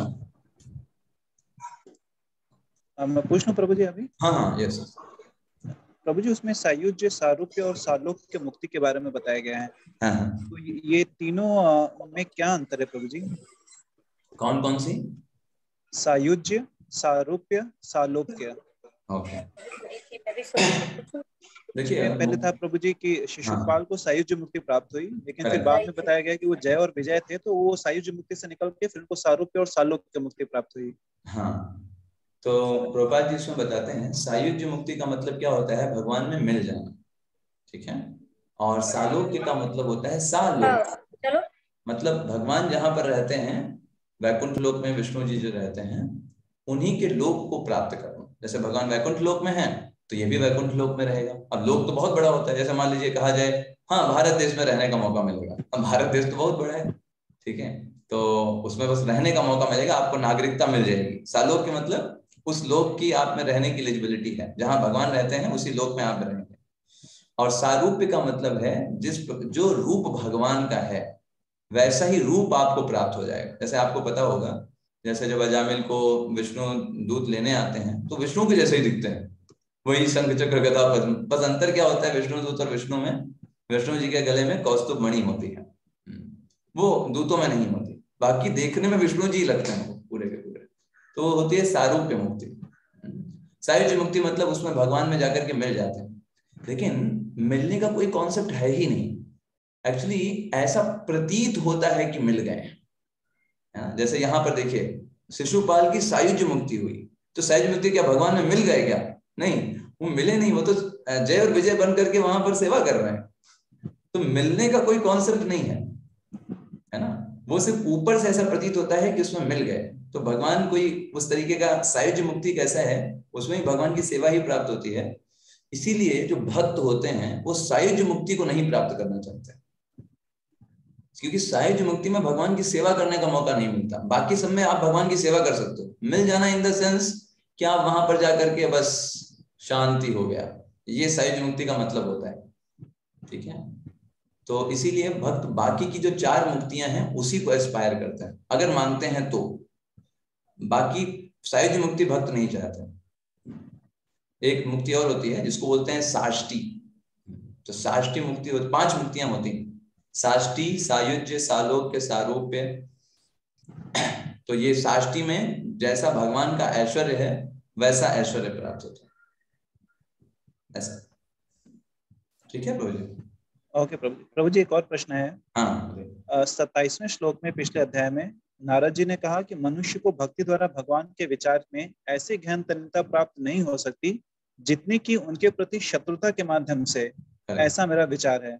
हाँ। तो नारद जी ने शिशुपाल में उदाहरण दिया है, जबकि वृंदावन में तो ऐसे अनेक उदाहरण हैं जिन्होंने प्रभु जी की भगवान की भक्ति से, उनके प्रेम से, माधुर्य से बहुत उच्चतर उदाहरण प्रस्तुत किए। तो नारद जी ने फिर ऐसा क्यों कहा? हाँ, बहुत अच्छा प्रश्न है। नारद जी का अनुभव है ना, नारद जी अपना अनुभव बता रहे हैं कि जो चेतना और जो ध्यान पूर्वक और जो देखने की चीज, बुराइयां खोजने की जितना टेंडेंसी नेगेटिविटी में प्राप्त की जा सकती है, जितना चेतना लगाई जा सकती है, उतना पॉजिटिविटी में उतना शीघ्र नहीं प्राप्त होता जितना शीघ्र इसमें प्राप्त हो जाती है चेतना, है ना। क्योंकि व्यक्ति तो पहले से ही मलिन होता है इस संसार में, ठीक। तो उसमें दोष खोजने के लिए भी मैं किसी व्यक्ति को बोलूं तो हम 1000 दोष निकाल देंगे ऐसे बैठे बैठे, ठीक है। गुण खोजने में टाइम लगता है। अब गुण खोज करके उनके ऊपर चेतना लगाना और टाइम का काम है, थोड़ा टाइम लगेगा। बुराई खोज करके उस पर करना आसान है। लेकिन नारद जी ने बाद में ये बताया कि नारद जी ने बोला कि ये मेरा अनुभव है। उन्होंने बोला इस बात को कि मैं समझता हूँ कि भगवान से विरोध करना जल्दी हो जाता है लोगों में और जल्दी प्राप्त कर लेते हैं, लेकिन हमको हमारे आचार्य सिखाते हैं कि हमेशा हमको भगवान के अनुरूप ही सेवा करनी चाहिए, विरोध वाला हमको नहीं करना चाहिए, क्योंकि वो हमारे लिए सहज नहीं है। जैसे रावण था तो रावण के लिए विरोध करना सहज था। रावण यही बोलता भी है अरण्यकांड में कि भाई हमसे प्रीति नहीं हो पाएगी, इसलिए विरोध करने में हमारे लिए अच्छा है। तो हमारे साथ ऐसा केस तो है नहीं कि हम कोई भगवान से विरोध करने का हमारा हो, हम यार राक्षसी देह प्राप्त हो। तो जो जिनकी राक्षसी देह होती है उनके लिए विरोध करना आसान होता है भगवान से। तो वही नारद जी अपने अनुभव से बता रहे हैं कि जो लोग राक्षस लोग होते हैं उनकी चेतना बहुत जल्दी लग जाती है भगवान विरोध के कारण। उतना जल्दी भक्तों को टाइम लगता है लगाने में, गुण के ऊपर मेडिटेट करने में वो टाइम लगता है। तो नारद जी सही बात बता रहे हैं, लेकिन हमारे लिए क्या है, हमें भगवान की सेवा करके ही उनमें अपना चिंतन को लगाना है। तो नारद जी जीवों की जो भौतिक प्रकृति है उसके विषय में बता रहे हैं, जहाँ हमारी नेगेटिविटी हमारे ऊपर हावी रहती है। हाँ, करेक्ट। जो जिसका स्वभाव उसमें रहता है, जिसमें नेगेटिविटी हावी रहती है। हम देखिए रावण कितना जल्दी भगवान के विरोध कर लिया, तुरंत प्राप्त कर लिया सदगति भगवान के हाथ मारे जाने से, है ना। उतना जल्दी भक्त को थोड़ा टाइम लगेगा। रावण ने कितना 1 साल में, देखिए 1 साल में विरोध उत्पन्न किया और 1 साल में भगवान ने उसको खत्म कर दिया, सीधे चला गया। ऐसे ही आप पूतना को देखिए, उसने तो 1 दिन में भगवान को प्राप्त कर लिया। भगवान को जहर पिलाने गई थी और भगवान के लिए तो भगवान ने तो उसको माता की दृष्टि से देखा, कह रहे माता तो हमको दूध पिलाने आई, तो उसको अपनी माता की गति दे दिया। तो विरोध बहुत जल्दी हो जाता है, लेकिन वैसा हमारी प्रकृति नहीं है हम सामान्य व्यक्तियों की। तो हमको इसलिए बताया जाता है कि सबसे अच्छा है कृष्ण अनुशीलनम, भगवान कृष्ण की सेवा करनी है, ये भाव अपने अंदर डेवलप करना चाहिए। तो वो हमारे लिए सहज, नॉर्मल हमारे लिए। ओके प्रभु जी, हरे कृष्ण प्रभु जी, हरे कृष्ण। धन्यवाद प्रभु जी। Thank you Santosh ji. आप रहते हैं तो बहुत अच्छा रहता है, आप इतने एक्टिव रहते हैं और क्वेश्चन भी पूछते हैं, इससे हमको भी बहुत बल प्राप्त होता है। और किसी का कोई प्रश्न है? कोई प्रश्न या कंसर्न? ठीक है प्रभु जी, एक और प्रश्न पूछ लूं मैं? हाँ बताइए। कोई माता जी प्रश्न पूछना चाहती हैं अभी? हाँ विमला माता जी, आपका कोई प्रश्न है? हरे कृष्णा प्रभु जी वो बस ना जन्म न मृत्यु क्या बोले थे ना, वो जन्म और सुंदरी नहीं चाहिए। हाँ उसका श्लोक ये है ना? हाँ, ये शिष्टाष्टकम का चौथा श्लोक और 5वें श्लोक पे बोला था। तो वो हमारी चेतना होनी चाहिए, जब करते समय हमें ये मेडिटेट करना चाहिए, क्योंकि हमारा मन बहुत जल्दी इन चीजों में चला जाता है। फिर बहुत जल्दी हम जप को, चैंटिंग को नॉर्मल बना देते हैं, बस उसे जल्दी से करना है। लेकिन जब चेतना हमारी अच्छी होगा कि हम आध्यात्मिक तत्व हैं, भगवान के दास हैं, इस जगत में फंसे हुए हैं, अभी ये समय जो है ये सार्थक समय है जो भगवान का नाम ले रहे हैं, ये भावना के साथ जप करना चाहिए। तो हम आपको भेज देंगे माता जी, अगर आप मैसेज करेंगे ना तो हम आपको भेज देंगे वो दोनों श्लोक। हरे कृष्ण हरे कृष्ण हरे कृष्ण।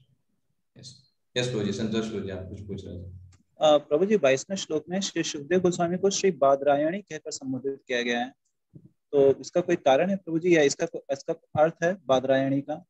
सुखदेव जी को ना? जी जी प्रभु जी। सुखदेव जी को बादरायणी कहा गया है क्योंकि व्यास देव जी बद्रीनाथ में रहते हैं और व्यास देव जी के पुत्र हैं इसके लिए। हाँ ठीक है प्रभु जी। तो वो बादरी, इसलिए उनको बादरी नारायण बोला जाता है। यस सीमा माता जी, आपका आपने हैंड रेज किया है। हाँ जी, हरे कृष्ण प्रभु जी। हरे कृष्ण। प्रभु जी, जैसे आपने बताया कि जो हिरण्यकश्यप था ये उनके हिरण्याक्ष के बच्चों को उपदेश देता है कि भाई आपको वो करने की जरूरत नहीं है, आत्मा है और ये सब है। तो मतलब कहीं ना कहीं उसके कोने में भी ये भगवान के लिए है कि जो भगवान चाहता है वही होता है। या वो भी भगवान को किसी ना किसी उसमें तो मानता है ना प्रभु जी, तो राक्षस होने के बावजूद भी वो। हाँ, तो यही प्रभुपाद जी तात्पर्य में लिखते हैं कि हिरण्यकशिपु भले वो मानता है खुद, वो सिर्फ उपदेश में दूसरों को खुद फॉलो नहीं कर रहा है। वो क्या चाह रहा है कि भाई शोक खत्म हो जाए किसी प्रकार से इन लोगों का, शोक खत्म कर। तो शोक प्रभु जी उसने खत्म करने के लिए भगवान का ही सहारा लिया। भगवान का ही उपदेश का सहारा लिया। वही गीता का उपदेश बता रहे हैं, लेकिन वो खुद फॉलो नहीं करता है, लेकिन वो बता रहा है। लेकिन ये भागवतम में दिया गया है तो हमको फॉलो करना है, ये नहीं कि हिरण्यकशिपु नहीं कर रहा है तो हम भी वैसे ही करें। नहीं जैसे मतलब नहीं, मेरा कहने का तात्पर्य ये है प्रभु जी कि उसकी इतनी नेगेटिव थॉट्स होने के बावजूद भी कहीं ना कहीं उसके हृदय में किसी कोने में भगवान की उपदेशों के लिए है मान है कि हाँ वो सही है।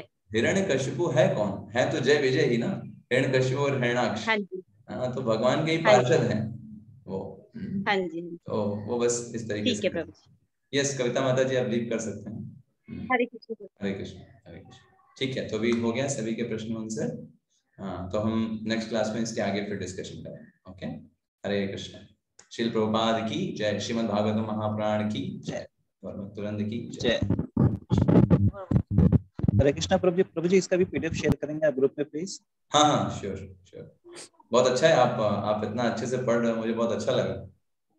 एक्चुअली मेरा भी प्लान था कि हम इस पर क्विज़ेस भेज सकें, लेकिन इस हफ्ते हम थोड़ा सा व्यस्त थे, इस कारण से वो कर नहीं पाए। तो हमारा ये था कि हम प्रत्येक दिन कम से कम 5-6 श्लोकों के ऊपर एक क्विज बनाएं और आप लोग कम से कम 5-6 श्लोक रोज इसी बहाने से पढ़ें। लेकिन मुझे बहुत अच्छा लगा कि आपने उसको पढ़ा अपने आप से ही, बिना किसी और के कहे हुए। तो ये बहुत अच्छा है, वेरी नाइस, थैंक यू। हरे कृष्णा प्रभु जी, धन्यवाद, प्रणाम। हरे कृष्ण। हरे कृष्णा प्रभु जी। हरे कृष्ण।